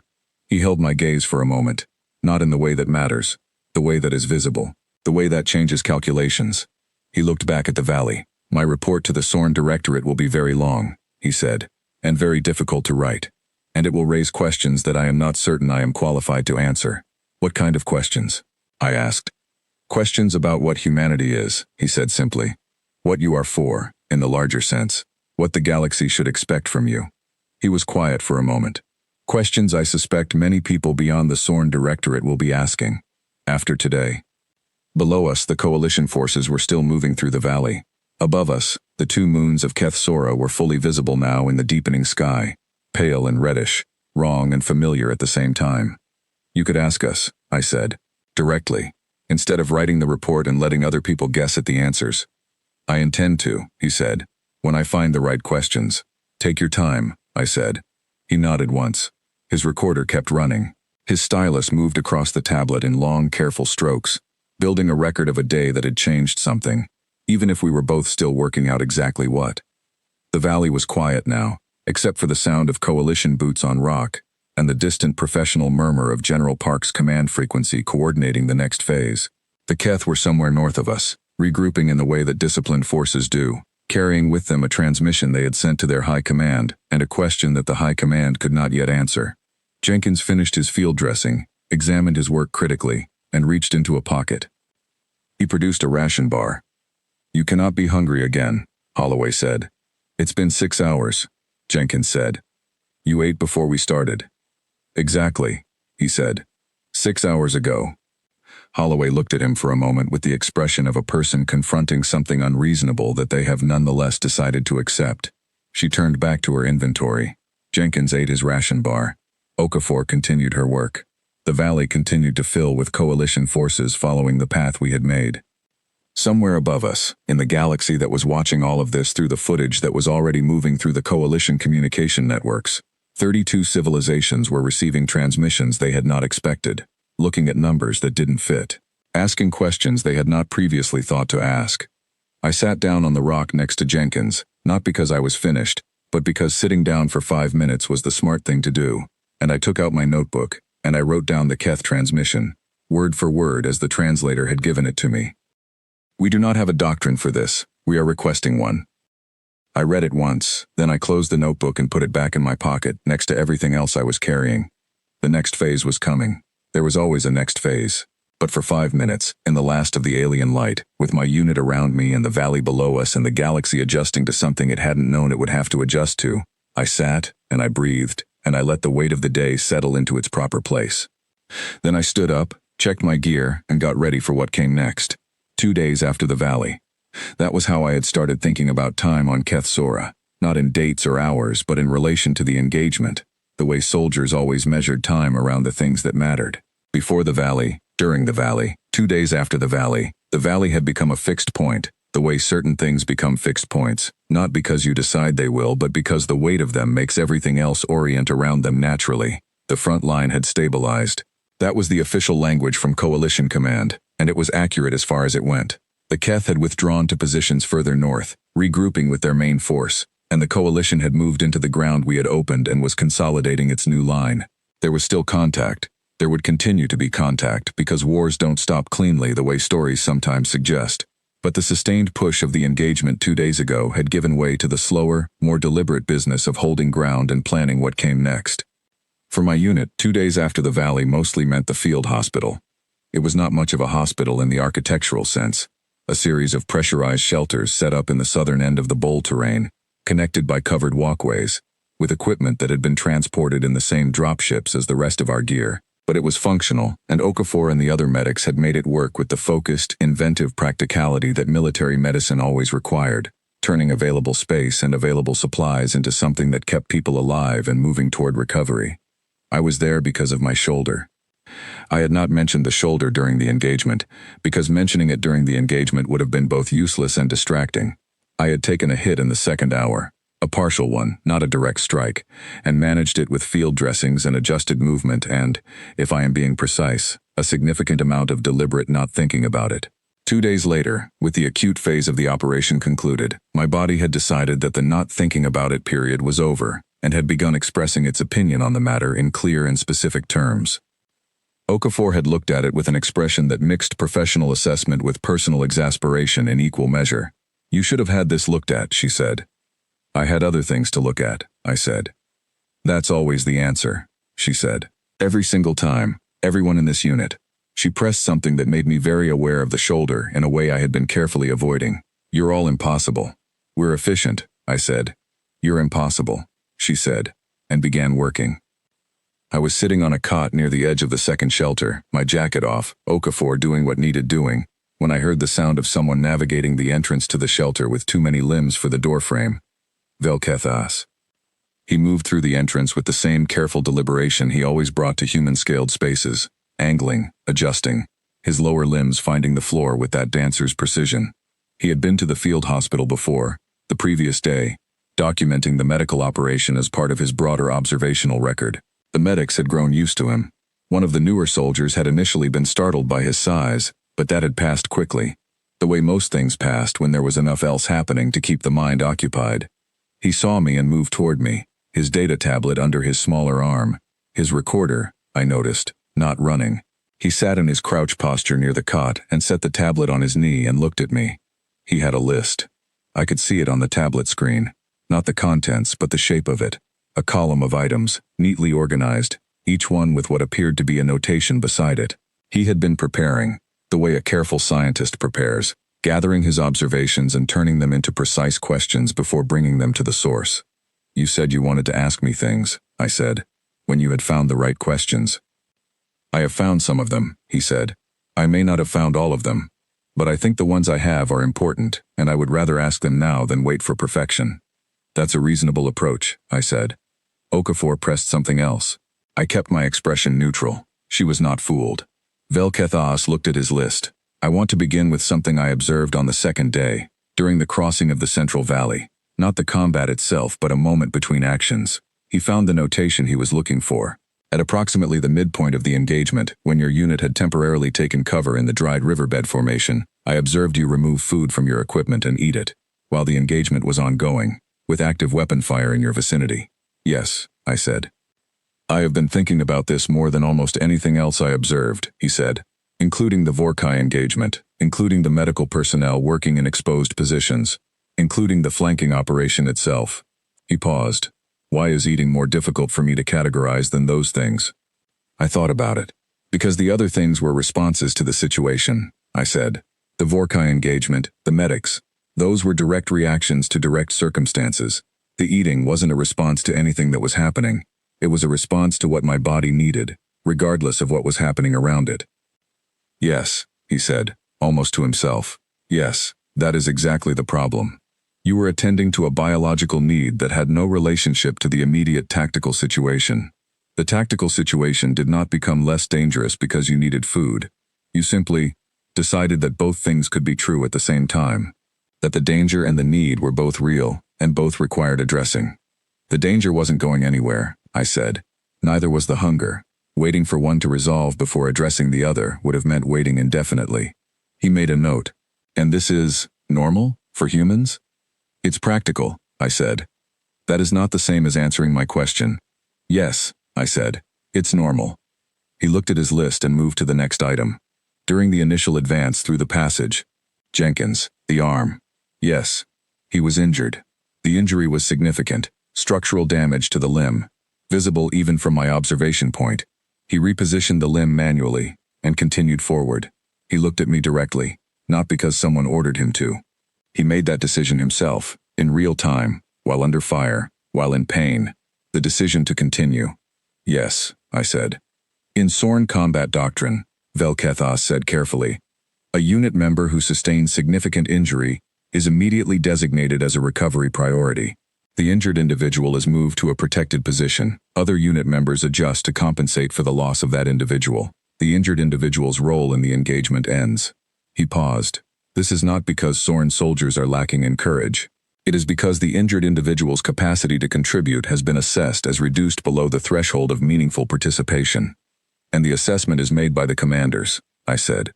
"Yes, by those in a position to evaluate the situation objectively." "Jenkins made it himself," I said, "because he was the one who knew what he could still do."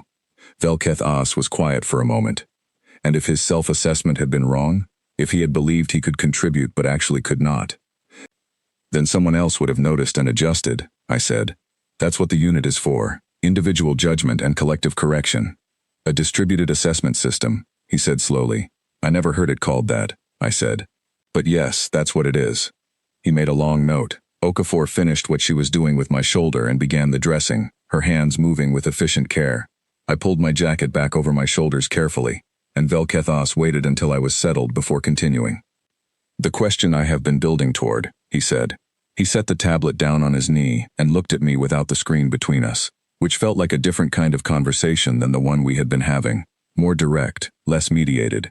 I have spent 2 days reviewing everything I recorded, the pre-engagement period in the transport, the forward position, the valley crossing, the secondary line, the northern elevation. He was choosing his words with great care, the way he did when the thing he was trying to say was complex enough to require it. I have been trying to construct a model for human behavior in combat, a framework that would allow me to predict, with reasonable accuracy, what a human unit will do in a given set of conditions. And, I said, I cannot do it, he said. Not with the tools I have. Every model I build breaks when I apply it to what I observed. He paused. The standard model for biological combat organisms assumes that self-preservation is the primary driver of behavior, with mission objectives as a secondary motivator that becomes dominant only when self-preservation is not threatened. All coalition species fit this model, with variations in where exactly the threshold sits. The Sorn threshold is here. He held one of his smaller limbs at a certain height, a physical illustration. The Veilhari threshold is here, slightly higher. The Duvari here. The thresholds differ, but the structure is the same. Self-preservation first, mission second. When the mission cost exceeds the self-preservation threshold, the organism withdraws. He lowered his limbs. Humans do not fit this model. You do not appear to have a fixed threshold in the same sense. You have something else, something that the model does not have a place for. I looked at him. What do you think it is? I think, he said slowly, that for humans, the mission and the people in it become part of what you are preserving. I think the boundary between self-preservation and mission preservation becomes, under certain conditions, unclear. Or perhaps, absent. He was watching me carefully. I think when Jenkins chose to keep going with a damaged arm, he was not overriding his self-preservation instinct. I think he was expressing it, because stopping meant leaving the people beside him with one fewer person. And leaving the people beside him was not an option his self-preservation instinct would accept. The field hospital was quiet around us. From further back in the shelter, I could hear the low voices of the medics and the occasional sound of equipment. Outside, the thin metallic air of Keth Sora moved through the gap in the shelter entrance. That's a good model, I said. Is it accurate? I thought about Jenkins on the slope, repositioning his own damaged arm with his good hand and shouting about formation integrity. I thought about Reyes with her grandfather's blade and her immobilized shoulder, anchoring the flank because someone had to. I thought about Okafor moving through open ground to reach the people who needed her, calculating the route between cover points and never calculating herself out of going. For some people, I said, for a lot of the people I've served with, yes, that's accurate. And for you? I was quiet for a moment. For me it's also something about the thing itself, I said, not just the people in it. The mission. The reason the mission exists.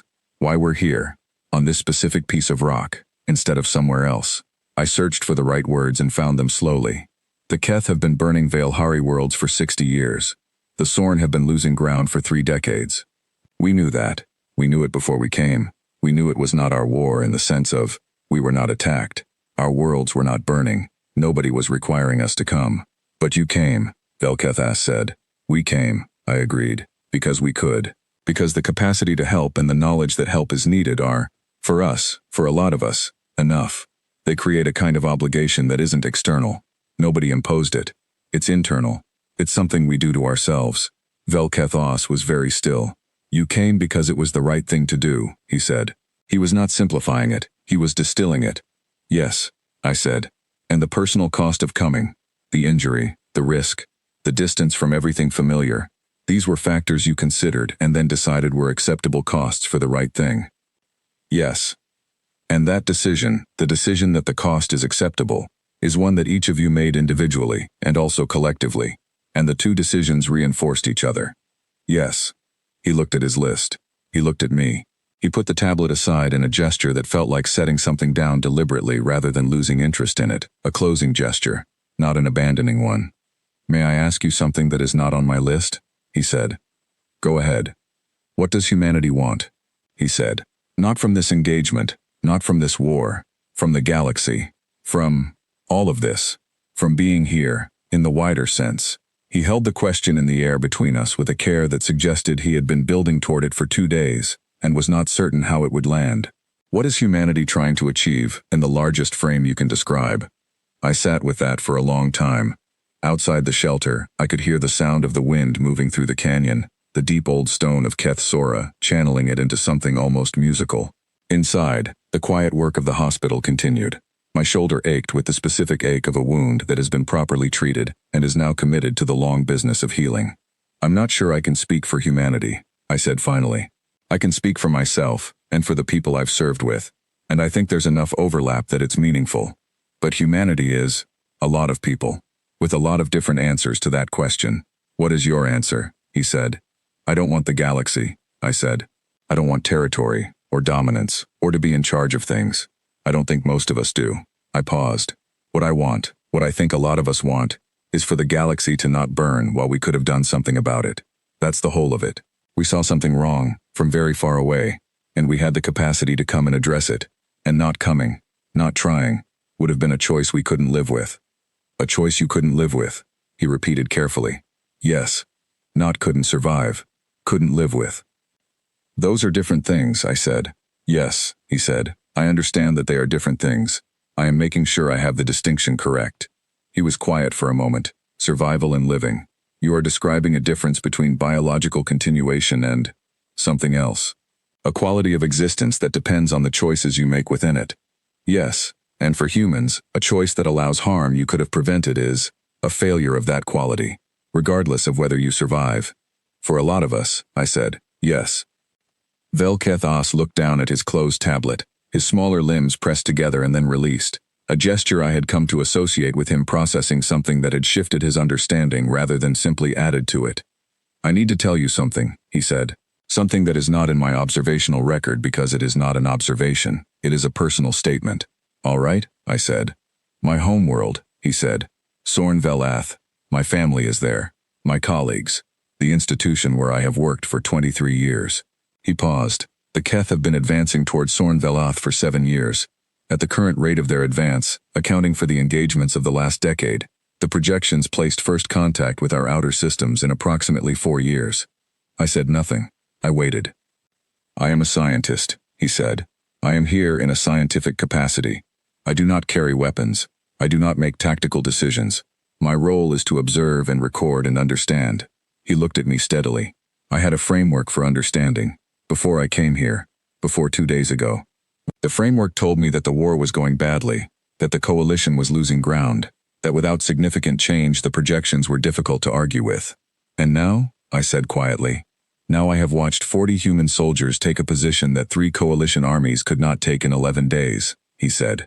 I have watched your injured personnel fight. I have watched your medics work. I have watched you eat a ration bar in the middle of an engagement because you had decided that the danger and the hunger were both real and both required addressing.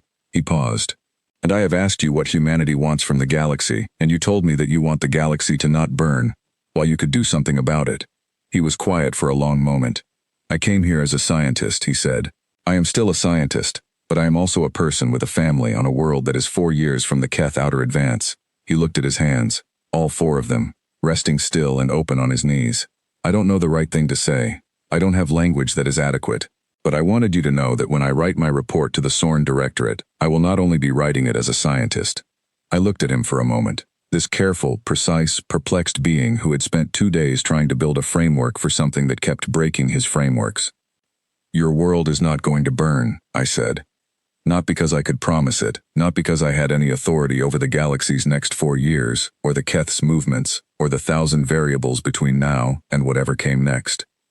But because it was the right thing to say. Because he was sitting in a field hospital on a canyon world very far from home, and he had told me something true and important, and the truth I had to offer in return was this one. He looked at me for a long time. Then he said quietly, I know that you cannot guarantee that. I know, I said. And yet you said it.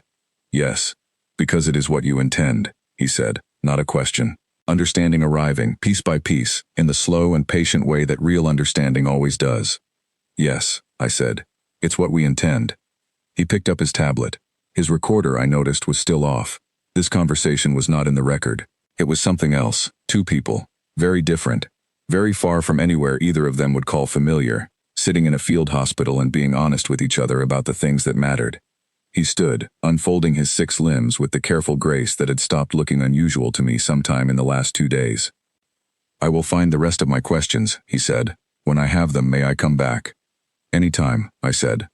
He nodded once, moved toward the shelter entrance, paused there, his back to me, for just a moment. Sergeant Vale, he said. Yes, thank you, he said, for answering honestly.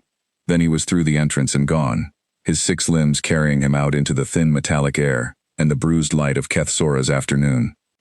I sat on the cot for a while after that, my shoulder aching its healing ache, listening to the wind in the canyon and thinking about a world called Sorn Velath that I had never seen, and a family I would never meet, and 4 years that were not a guarantee, but were an intention, which was the most honest thing I knew how to offer. Then I took out my notebook and wrote it all down, carefully, so I wouldn't lose any of it. The tribunal found us on the 8th day. Not a physical tribunal. Not yet, though that would come later. This first version arrived the way most unwelcome things arrived in military life, through official channels, in carefully formatted language, with a subject line that was politely worded and an actual meaning that was considerably less polite.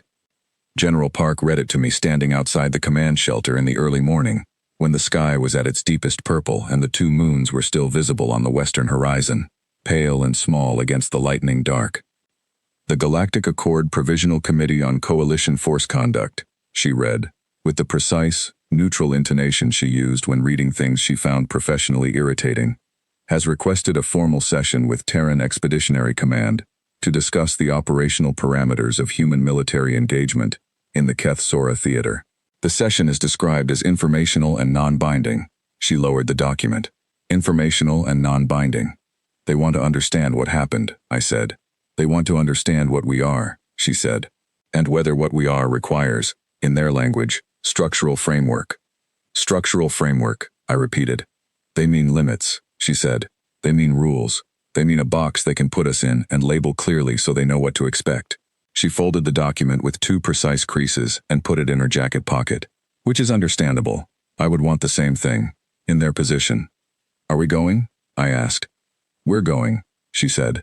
Because not going would suggest we have something to hide, which we don't, and because if the Accord is going to build a framework around human military operations, I would rather we were in the room when they do it. She looked at the horizon, where the light was beginning to change. Also, frankly, Sergeant, because someone needs to explain us to them, and I would rather the explanation come from us than from a committee that has only seen the footage. The footage. It had been moving through the coalition communication networks for 6 days. Not officially released, no one had made a formal decision to distribute it. It had simply moved, the way information moves when enough people find it significant enough to share. Battlefield recordings from the Veilhari Liaison Unit at Grid 7. Thermal imaging from the Coalition observation posts on the eastern ridge. Velketh Os's own preliminary field notes, which he had transmitted to the Sorn Science Directorate in a format that was technically classified, but which the Directorate had apparently decided to share with several partner institutions, who had shared it further. The galaxy had watched us take the Kethsora Valley. And the galaxy, it turned out, had a great deal to say about it. I knew the general shape of the reactions from the Coalition command frequency, which carried enough interspecies communication that the translator could piece together the broad picture. The Veilhari political leadership who had requested our help were in a state that the translator rendered approximately as cautious gratitude mixed with significant anxiety, grateful for the result, deeply uncertain about what they had invited in. The Duvari, a species I knew less about, had gone very quiet in a way that their liaison described to Coalition Command as needing time to process. The Pale Assemblies, whose home systems were furthest from the current Keth advance, had apparently called an emergency session to discuss revisions to their defensive posture, which in practical terms meant they were trying to decide whether humans were an asset they wanted to formalize or a variable they wanted to be far away from.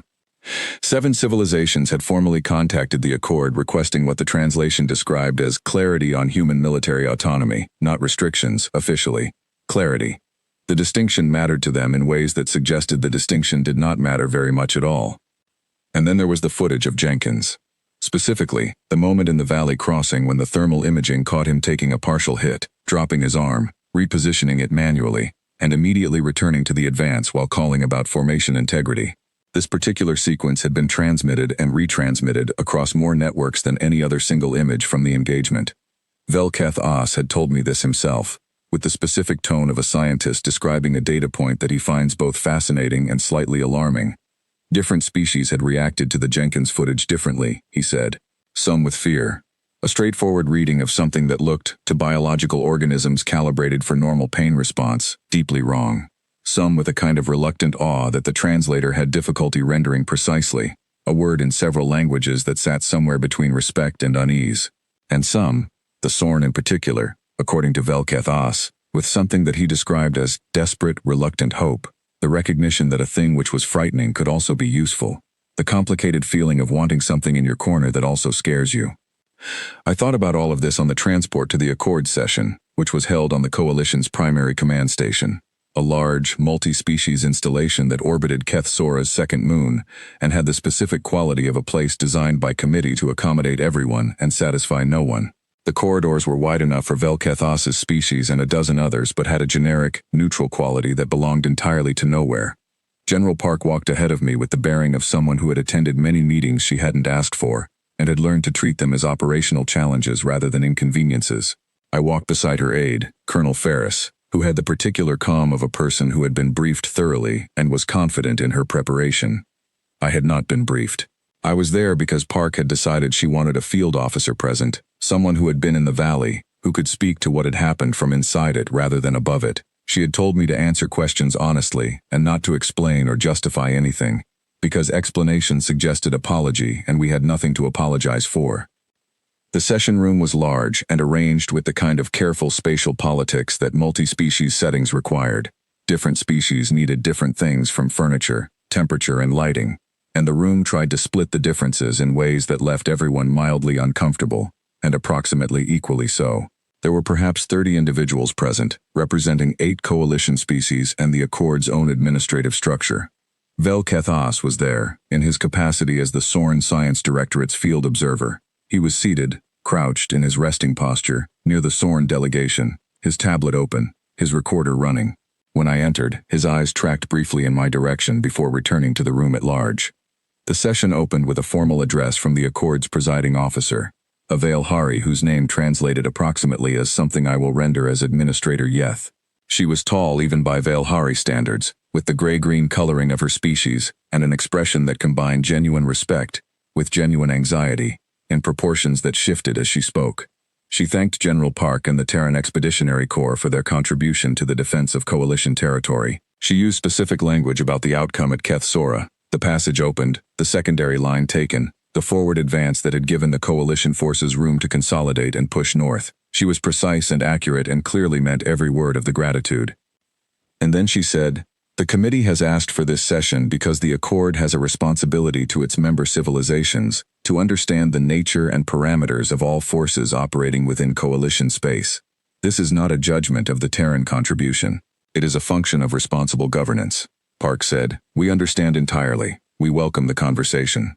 The first question came from the Duvari representative, a blocky, dense-looking being with a voice that the translator rendered in a deep register. He asked about casualties and force ratios and the tactical decisions behind the Valley operation, and Park answered precisely and in detail, because these were operational questions with operational answers and she was very comfortable in that territory. The second question came from a species I didn't recognize, seated at the far end of the arrangement. Small, with quick movements and a voice that the translator had to work harder on. The question was about human pain response. Specifically, it referenced the Jenkins footage and asked whether Terran soldiers had a modified neurological response to physical damage, or whether some form of chemical intervention was being used. "Neither," Park said. "No modification, no intervention.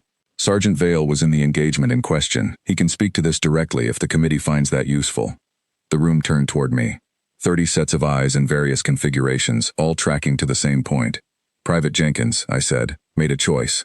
In the moment after he was hit, he assessed what he could still do and decided that what he could still do was enough to continue.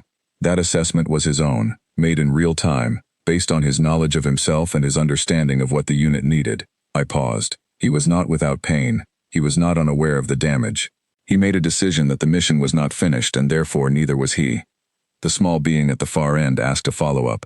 "How was this decision made so quickly, under those conditions?" "Training," I said, "and the kind of clarity that comes from knowing what you're there for." There was a pause in the room that had a particular texture, not hostile, not approving, simply processing. The kind of pause that happens when information arrives that is accurate and comprehensible in its individual parts and deeply strange as a whole. Administrator Yeth asked the question that I suspected everyone in the room had come to ask, wrapped in the careful language of governance.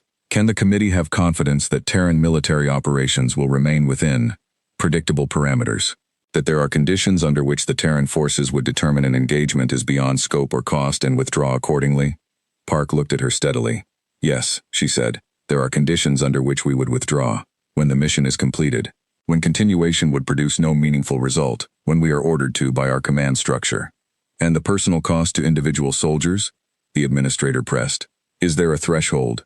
Individual soldiers make individual decisions, Park said.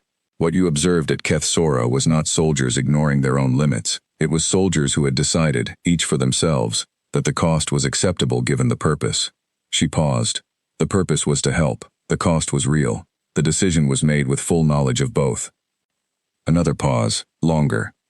Then a voice from the Sorn delegation, not Velketh Os, another Sorn official whose name I didn't know. Can you define the threshold below which the purpose would no longer justify the cost? Park was quiet for a moment. Then, when there is nothing left worth protecting, that is the threshold. Can you be more specific? No, Park said, because it depends on what is at stake, and we would rather you never find out where the line is by putting enough at stake to reach it. There it was. The thing she had told me she was going to say, delivered as simply and directly as she had described it. Not a threat. She was not making a threat, and everyone in the room understood that. She was making a description. An honest account of how we were built and what that meant for the practical question of what to expect from us. The room processed this for a long time. During the processing, I looked at Velketh Os.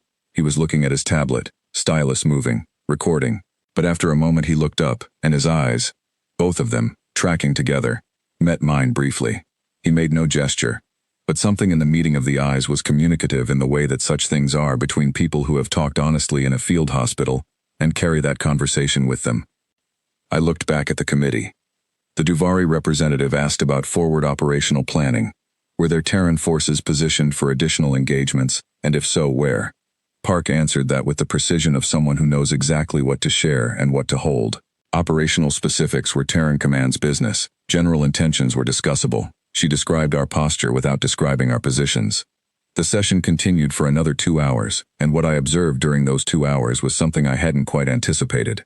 The anxiety in the room, which had been significant at the beginning, palpable in the careful language and the measured questions, gradually changed, not into comfort exactly. Comfort was not where we were headed, but into something more considered, less reactive, more like people who have received information they needed and are now working with it rather than around it.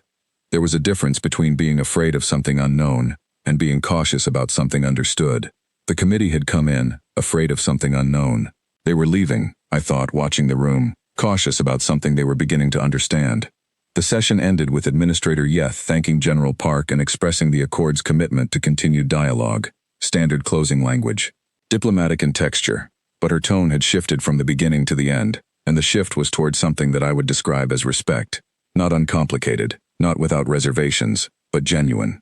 In the corridor afterward, Velketh Os found me. He had separated from the Sorn delegation and was moving in my direction with the deliberate pace of someone who has something specific to say. He had his tablet closed, which I had come to recognize as his signal that what he wanted to discuss was not for the record. The preliminary version of my report was released to the Directorate yesterday, he said, when he was close enough that the conversation was ours and not the corridor's. I know, I said. I heard it had been shared further than that. Further than I intended, he said. There was something in his voice, not quite apology, not quite defensiveness, something more honest than either. The Directorate made distribution decisions that were not mine to make or prevent. I want you to know that the content of the report is accurate. Everything in it is what I observed. I did not shape it toward any particular interpretation. I know that, I said. I did know it. Velketh Os was the kind of scientist who would rather be uncomfortable than inaccurate. The reaction to it has been, he paused, significant. I have received more communication in the last 6 days than in the previous 3 years of my career. He looked at the corridor, at the various beings moving through it, coalition representatives, and Accord staff and others. Many of them are afraid, he said, of humans, of what the footage shows, of the question of what humans will do next and whether that question is one they have any influence over. That's understandable, I said. Yes, he said. It is, and I have been trying to write responses to those communications that are accurate without being, either falsely reassuring or needlessly alarming. He looked at me. It is difficult, because the honest answer is complicated. What is the honest answer? The honest answer is that humans are, by the standards available to me, genuinely frightening, he said, with the directness that was one of the things I had come to value about him. The combination of biological vulnerability and behavioral persistence and motivational structure that does not map to self-preservation in the standard sense, this is frightening. And the honest answer is also that this frightening combination appears to be directed, reliably, at things that are actually worth being frightened of. He paused. The Keth are frightening. 60 years of burning worlds is frightening. Humans appear to have decided that they are more frightened by inaction than by the Keth, which is crazy, Jenkins said, appearing from around a corner, arm still in its brace, somehow having followed us from the session room without either of us noticing. He was eating something that appeared to be a ration bar. Velketh looked at him with what I had come to read as a mixture of scientific interest and personal fondness, both of which he managed to maintain simultaneously with no apparent contradiction. I was going to say unusual, he said, but your word may be more accurate. Our words are often more accurate, Jenkins said cheerfully. It's a cultural gift. He wandered off down the corridor, navigating the multi-species traffic with the easy confidence of someone who had decided that a military transport station in orbit around an alien moon was not fundamentally different from any other place, which was either enlightenment or stubbornness or both. Velketh watched him go. He should be resting that arm, he said. He should be doing a lot of things, I said. And he chooses not to. He chooses to be present, I said. Those are different things. Velketh made a note on his tablet. His recorder, I noticed, was on now. Some things were for the record after all. We stood in the corridor for a moment, the session behind us, the rest of the day ahead. Through a viewport further down the passage, I could see the curve of Keth Sora's second moon, and beyond it, barely visible, the dark edge of the planet itself. The Soren Foreign Communication Office received a message this morning, Velketh said. He was not looking at me. He was looking at the viewport, at the planet. From Soren Velaeth, from my family, asking if I was safe. He paused. I told them I was. I told them things had changed here, that the situation was different than it was a week ago. He was quiet for a moment. I did not tell them why, because explaining why would have required explaining all of this, and I did not have the words for it yet. Do you have them now? I asked. He thought about it carefully. I told them, he said slowly, that I had met people who were afraid of the right things, and that this turned out to be more important than I had understood. I looked at the viewport, at the planet, at the dark and complicated rock of Keth Sora that had been the site of 63 coalition casualties, and one very long day, and a transmission from the Keth to their high command, asking for a doctrine that didn't exist. That's a good way to put it, I said. I thought so, he said. It was the most accurate thing I could find. His recorder kept running. His stylus moved. The corridor moved around us, full of beings from a dozen worlds who were all, in their different ways, trying to make sense of the same week.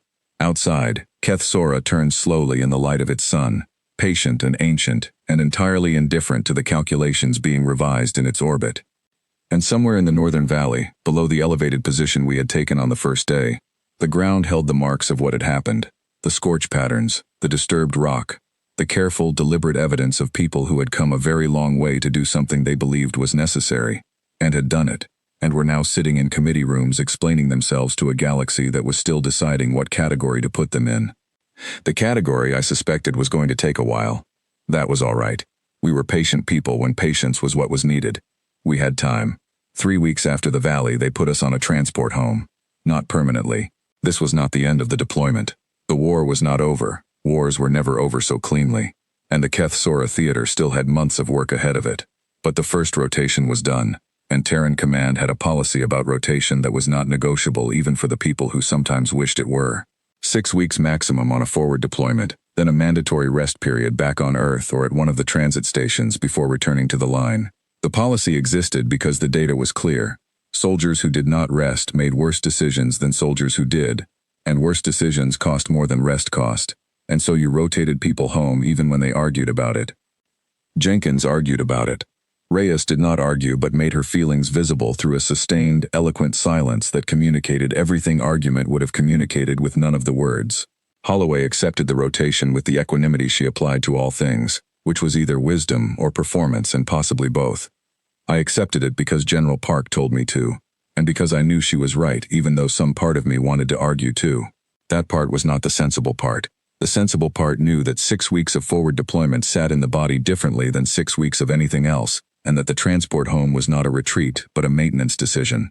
You serviced equipment before it failed. You rested people for the same reason. Velketh As was on the same transport. His rotation was different in nature. The Sorn Science Directorate had recalled him to file his full formal report in person, which was apparently a Sorn institutional requirement for field observations of this significance. He could not submit it remotely. The Directorate wanted him physically present, in the building, available for the extended questioning that a report of this type would generate. He had told me this with the expression of a person who understood the necessity of an obligation and found the timing of it inconvenient. "How long will the questioning take?" I had asked. "For a report of ordinary significance," he had said, "perhaps 2 days. For a report of unusual significance, perhaps a week." He had paused. "I expect my report will require considerably more than a week." "Because of what it says?"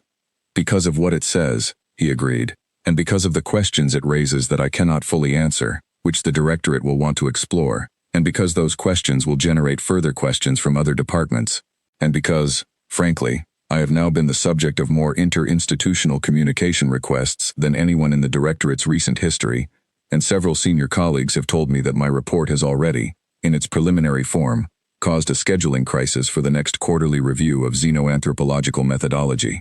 "That sounds like a lot," I said. "It is a great deal," he said, with the tone of someone who is proud of their work and exhausted by its consequences in approximately equal measure.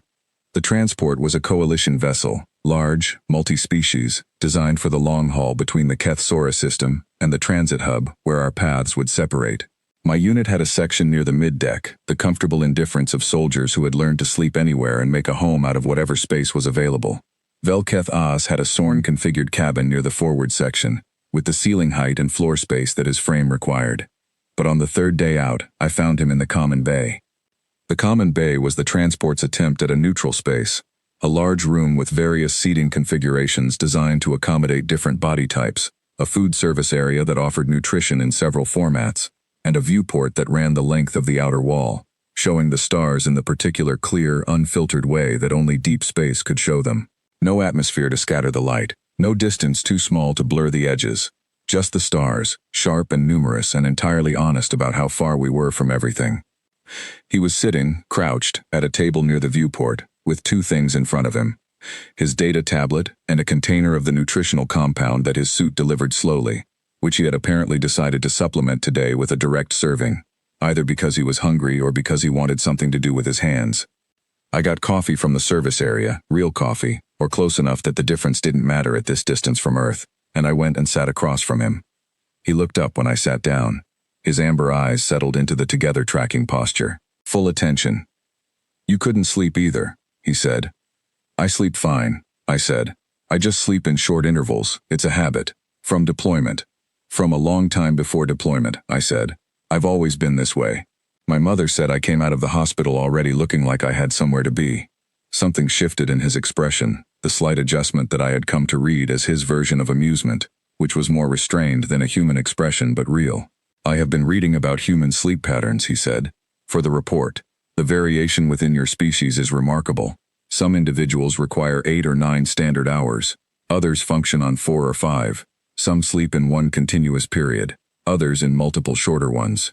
The Sorn sleep in a single precise window of 4 hours and 11 minutes, with a variance of plus or minus 8 minutes. Deviation from this pattern has significant effects on cognitive function."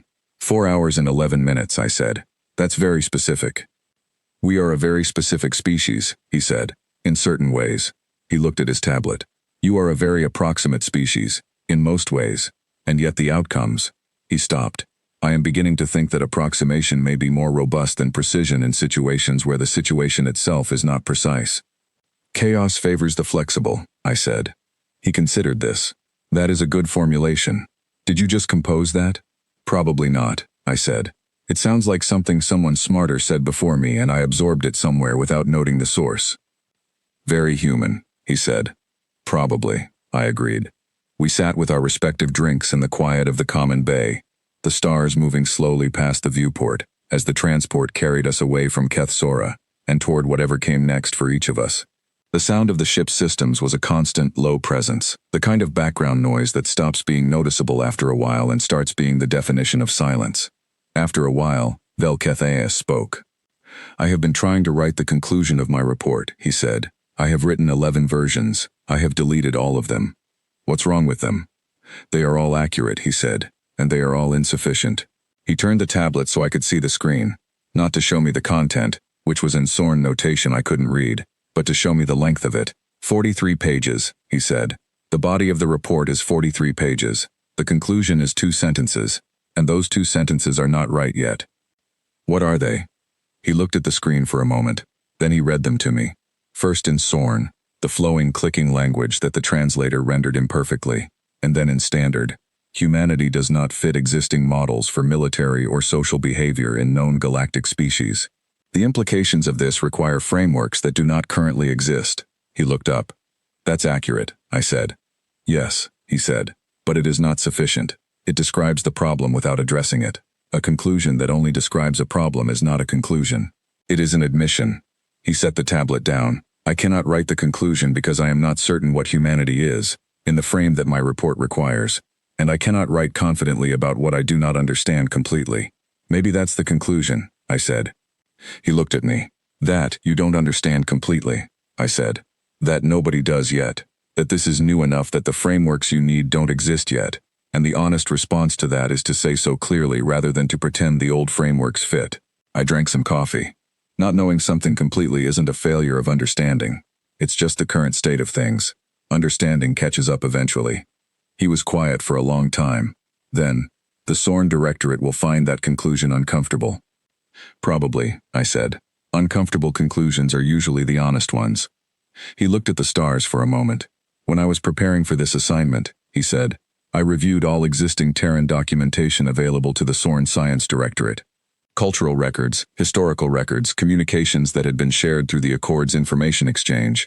I was trying to build a preliminary model before I arrived, so that my field observations would have context. He paused. I found a great deal of material. Humans document themselves extensively.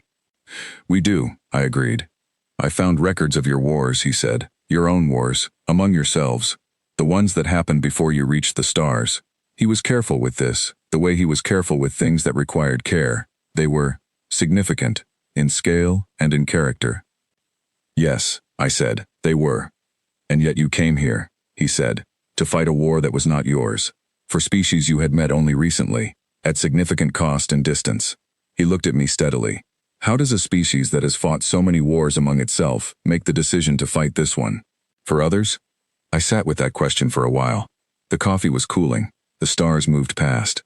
I think, I said slowly, that the wars we fought among ourselves are part of why. Not in spite of them, because of them. I thought about how to say what I meant clearly. We know what it looks like when things burn. We know it in a way that's deep and old and not abstract. We've watched cities disappear. We've counted the cost of losing, really losing, in ways that stay in the memory of a species the way bad burns stay in a person's skin. I paused. When we see it happening somewhere else, we don't need to imagine what it means. We already know, and knowing, for us, creates a kind of obligation that's hard to explain to someone who hasn't carried that specific weight. Velkethas was very still. You learned from your worst moments, he said. Some of us did, I said. Not all of us. Not perfectly. We're not a consistent species, like I said before, but enough of us, enough of the time, in the direction of, not again, not if we can stop it. He made a note. Then he looked up. I want to tell you something about the Sorn, he said. Something that is not widely shared outside our own communications, but which I think is relevant to what you just said. He was measuring his words carefully. The Sorn have a long memory, longer than humans, in the documented sense. Our historical records go back further and are more complete. We remember things that happened 12,000 years ago with the same clarity as things that happened last century. He paused. In 12,000 years of recorded history, no species has come to fight for us, not once. Allies have formed, coalitions have organized, mutual defense agreements have been signed, but they were always transactional. You help us because we help you. The balance must be maintained. He looked at the stars. You came because the right thing was to come, not because of balance, not because of transaction. He was quiet for a moment. 12,000 years, and we have never seen that before. I didn't know what to say to that, so I didn't say anything. Sometimes the right response to a thing is to let it be what it is without adding to it. After a while, Jenkins appeared. This was not surprising. Jenkins had a quality of appearing in significant moments that suggested either instinct or an uncanny ability to track conversations he wasn't part of. He came through the common bay entrance with his arm in its brace and a ration bar in his good hand, looked at the two of us sitting at the viewport table, and came over without being invited, because Jenkins operated on the assumption that he was welcome places until told definitively otherwise, and he had never yet been told definitively otherwise. He sat down, looked at the stars, looked at Velkethos, looked at me. "Good stars out here," he said. "Yes," I said. "Different from home, but good." He ate some of the ration bar thoughtfully. "I looked up Sorn Veloth," he said, to Velkethos. "Ran it through the Coalition database. It came up. There's a picture." Velkethos looked at him. "There are several pictures," he said. "The Directorate maintains a public image archive. The one I found was from the northern continent," Jenkins said. "Big flat plains with this purple grass stuff. Looks like it goes forever." "Velgrass," Velkethos said. "It is not precisely grass, but the analogy is useful. It does go very far. It covers most of the northern continent. When I was young, my family traveled to the edge of it every year for a seasonal event that does not translate well into standard." He paused. "It smells particular. I have not found anything else that smells like it." Jenkins nodded slowly. He ate some more ration bar. He was quiet in a way that was unusual for him, which meant he was thinking about something and had decided to be careful with it. "It'll still be there," he said, "when this is done." Velkethos looked at him. "The plains," Jenkins said. "The grass stuff. The smell." He looked at the stars. "It'll still be there." It was not a promise. Jenkins was too practical for promises he couldn't back personally. It was something more like a statement of intent expressed as a fact, which was a very specific human way of carrying the weight of the future, not claiming certainty, but refusing to accept the alternative. Velkethos looked at him for a long moment. Then he looked at me. Then he looked back at the stars, and something in the set of his posture shifted. A small change, barely visible, but the kind of change that happens when something tight releases slightly. "Yes," he said quietly. "I believe it will." We sat like that for a long time, the three of us, in the common bay of a Coalition transport moving through deep space, with the stars sharp and honest beyond the viewport, and the ship's systems humming their constant background note, and the coffee going cold, and the ration bar slowly disappearing. After a while, Velkethos opened his tablet. He wrote something. Not long, just a few lines. He read it to himself, then looked up. "I think I have the conclusion," he said. "What does it say?" I asked. He read it in Sorn first, and then in Standard, his voice careful and precise, and carrying the weight of a scientist who has found the exact right words after 11 failed attempts. Humanity does not fit existing models for military or social behavior in known galactic species. They are afraid of the right things, and they act on that fear in ways that existing frameworks do not predict. The implications of this will take longer to understand than any single report can address. What can be said with confidence is this: the galaxy is different now than it was before humanity became visible in it. The nature of that difference is not yet fully known. It is, however, the most important question currently available to us. He set the tablet down. "That's it," I said. "Yes," he said. "That is the whole of it." Jenkins finished his ration bar and crumpled the wrapper into a neat ball and put it in his pocket, which was a habit he had and I had long since stopped asking about. "The most important question currently available," he said. "We're a question." "A very large one," Velkethos said. Jenkins considered this with the expression he wore when something amused him, but he hadn't decided yet whether to let that show. "Could be worse," he said. "Could be an answer. Answers stop being interesting. Questions keep going." Velkethos looked at him with the expression that was his version of being genuinely surprised by something. Then he made a note. His stylus moved for a long time. "I may need to revise the conclusion again," he said. Jenkins grinned. "Happy to help," he said. "I'm full of conclusions." "You are full of something," Holloway said, passing through the common bay with the uncanny timing that she shared with Jenkins, though hers had a more deliberate quality. The timing of a person who moved through spaces with full awareness of who was in them. She paused at the food service area, collected something hot, and kept moving without breaking stride. Jenkins watched her go. "She heard the whole thing," he said. "Yes," I said. "She does that." "Yes." He nodded contentedly and looked back at the stars. I took out my notebook. Volume 17, close to the end. I turned to the next blank page and I wrote the date, not Earth's date, but the mission date, because that was the time system I was living in. And then I wrote what I wanted to remember from this conversation, in the careful, compact handwriting I had developed over 17 volumes of doing exactly this. I wrote Jenkins's line about questions. I wrote Velkethos's conclusion. I wrote the fact of the three of us sitting in a common bay between a war and wherever came after it, with the stars very clear outside. Then I wrote one more thing. The thing I had been carrying since the first day in the drop bay, since the first crackle of the translator box, since Velkethos had stood in the entrance to the bay and watched Reyes sharpen a blade that wasn't the best blade and couldn't understand why she was doing it. I wrote, "The galaxy is learning to be careful. Good, let it learn." I had written that before, in the drop bay, before all of it. It read differently now. It had the same words, but they sat in the light of everything that had happened since. And light changes how things look without changing what they are. I closed the notebook, put it back in my chest pocket, next to the things I was carrying. Next to the Sorn message about gratitude that I had folded carefully and kept. Next to the weight of the valley and the slope and the thin metallic air and Okafor moving through open ground and Jenkins's arm, and Reyes's anchor and Holloway's improbable sleep and all of it. All of it collected and carried the way you carry things that matter, not lightly but willingly. The transport moved through the dark. The stars didn't move, because that was the nature of stars. You moved, and they stayed, and the movement was always yours. But from inside the ship, looking through the viewport, they slid slowly past, in a way that gave the journey a shape, a sense of going from one place toward another, which was perhaps the most honest description of what we were always doing. Velkethos worked quietly on his report. Jenkins sat in the uncomplicated way that Jenkins sat in places, fully present and requiring nothing from the moment except that it continue. And I sat with my cold coffee and my notebook in my pocket and the view of the stars, and I thought about a galaxy that was, for the first time, being careful around us. Not afraid exactly, not comfortable exactly, something in between. The specific alertness of a place that has encountered something it didn't expect and is still deciding what that means.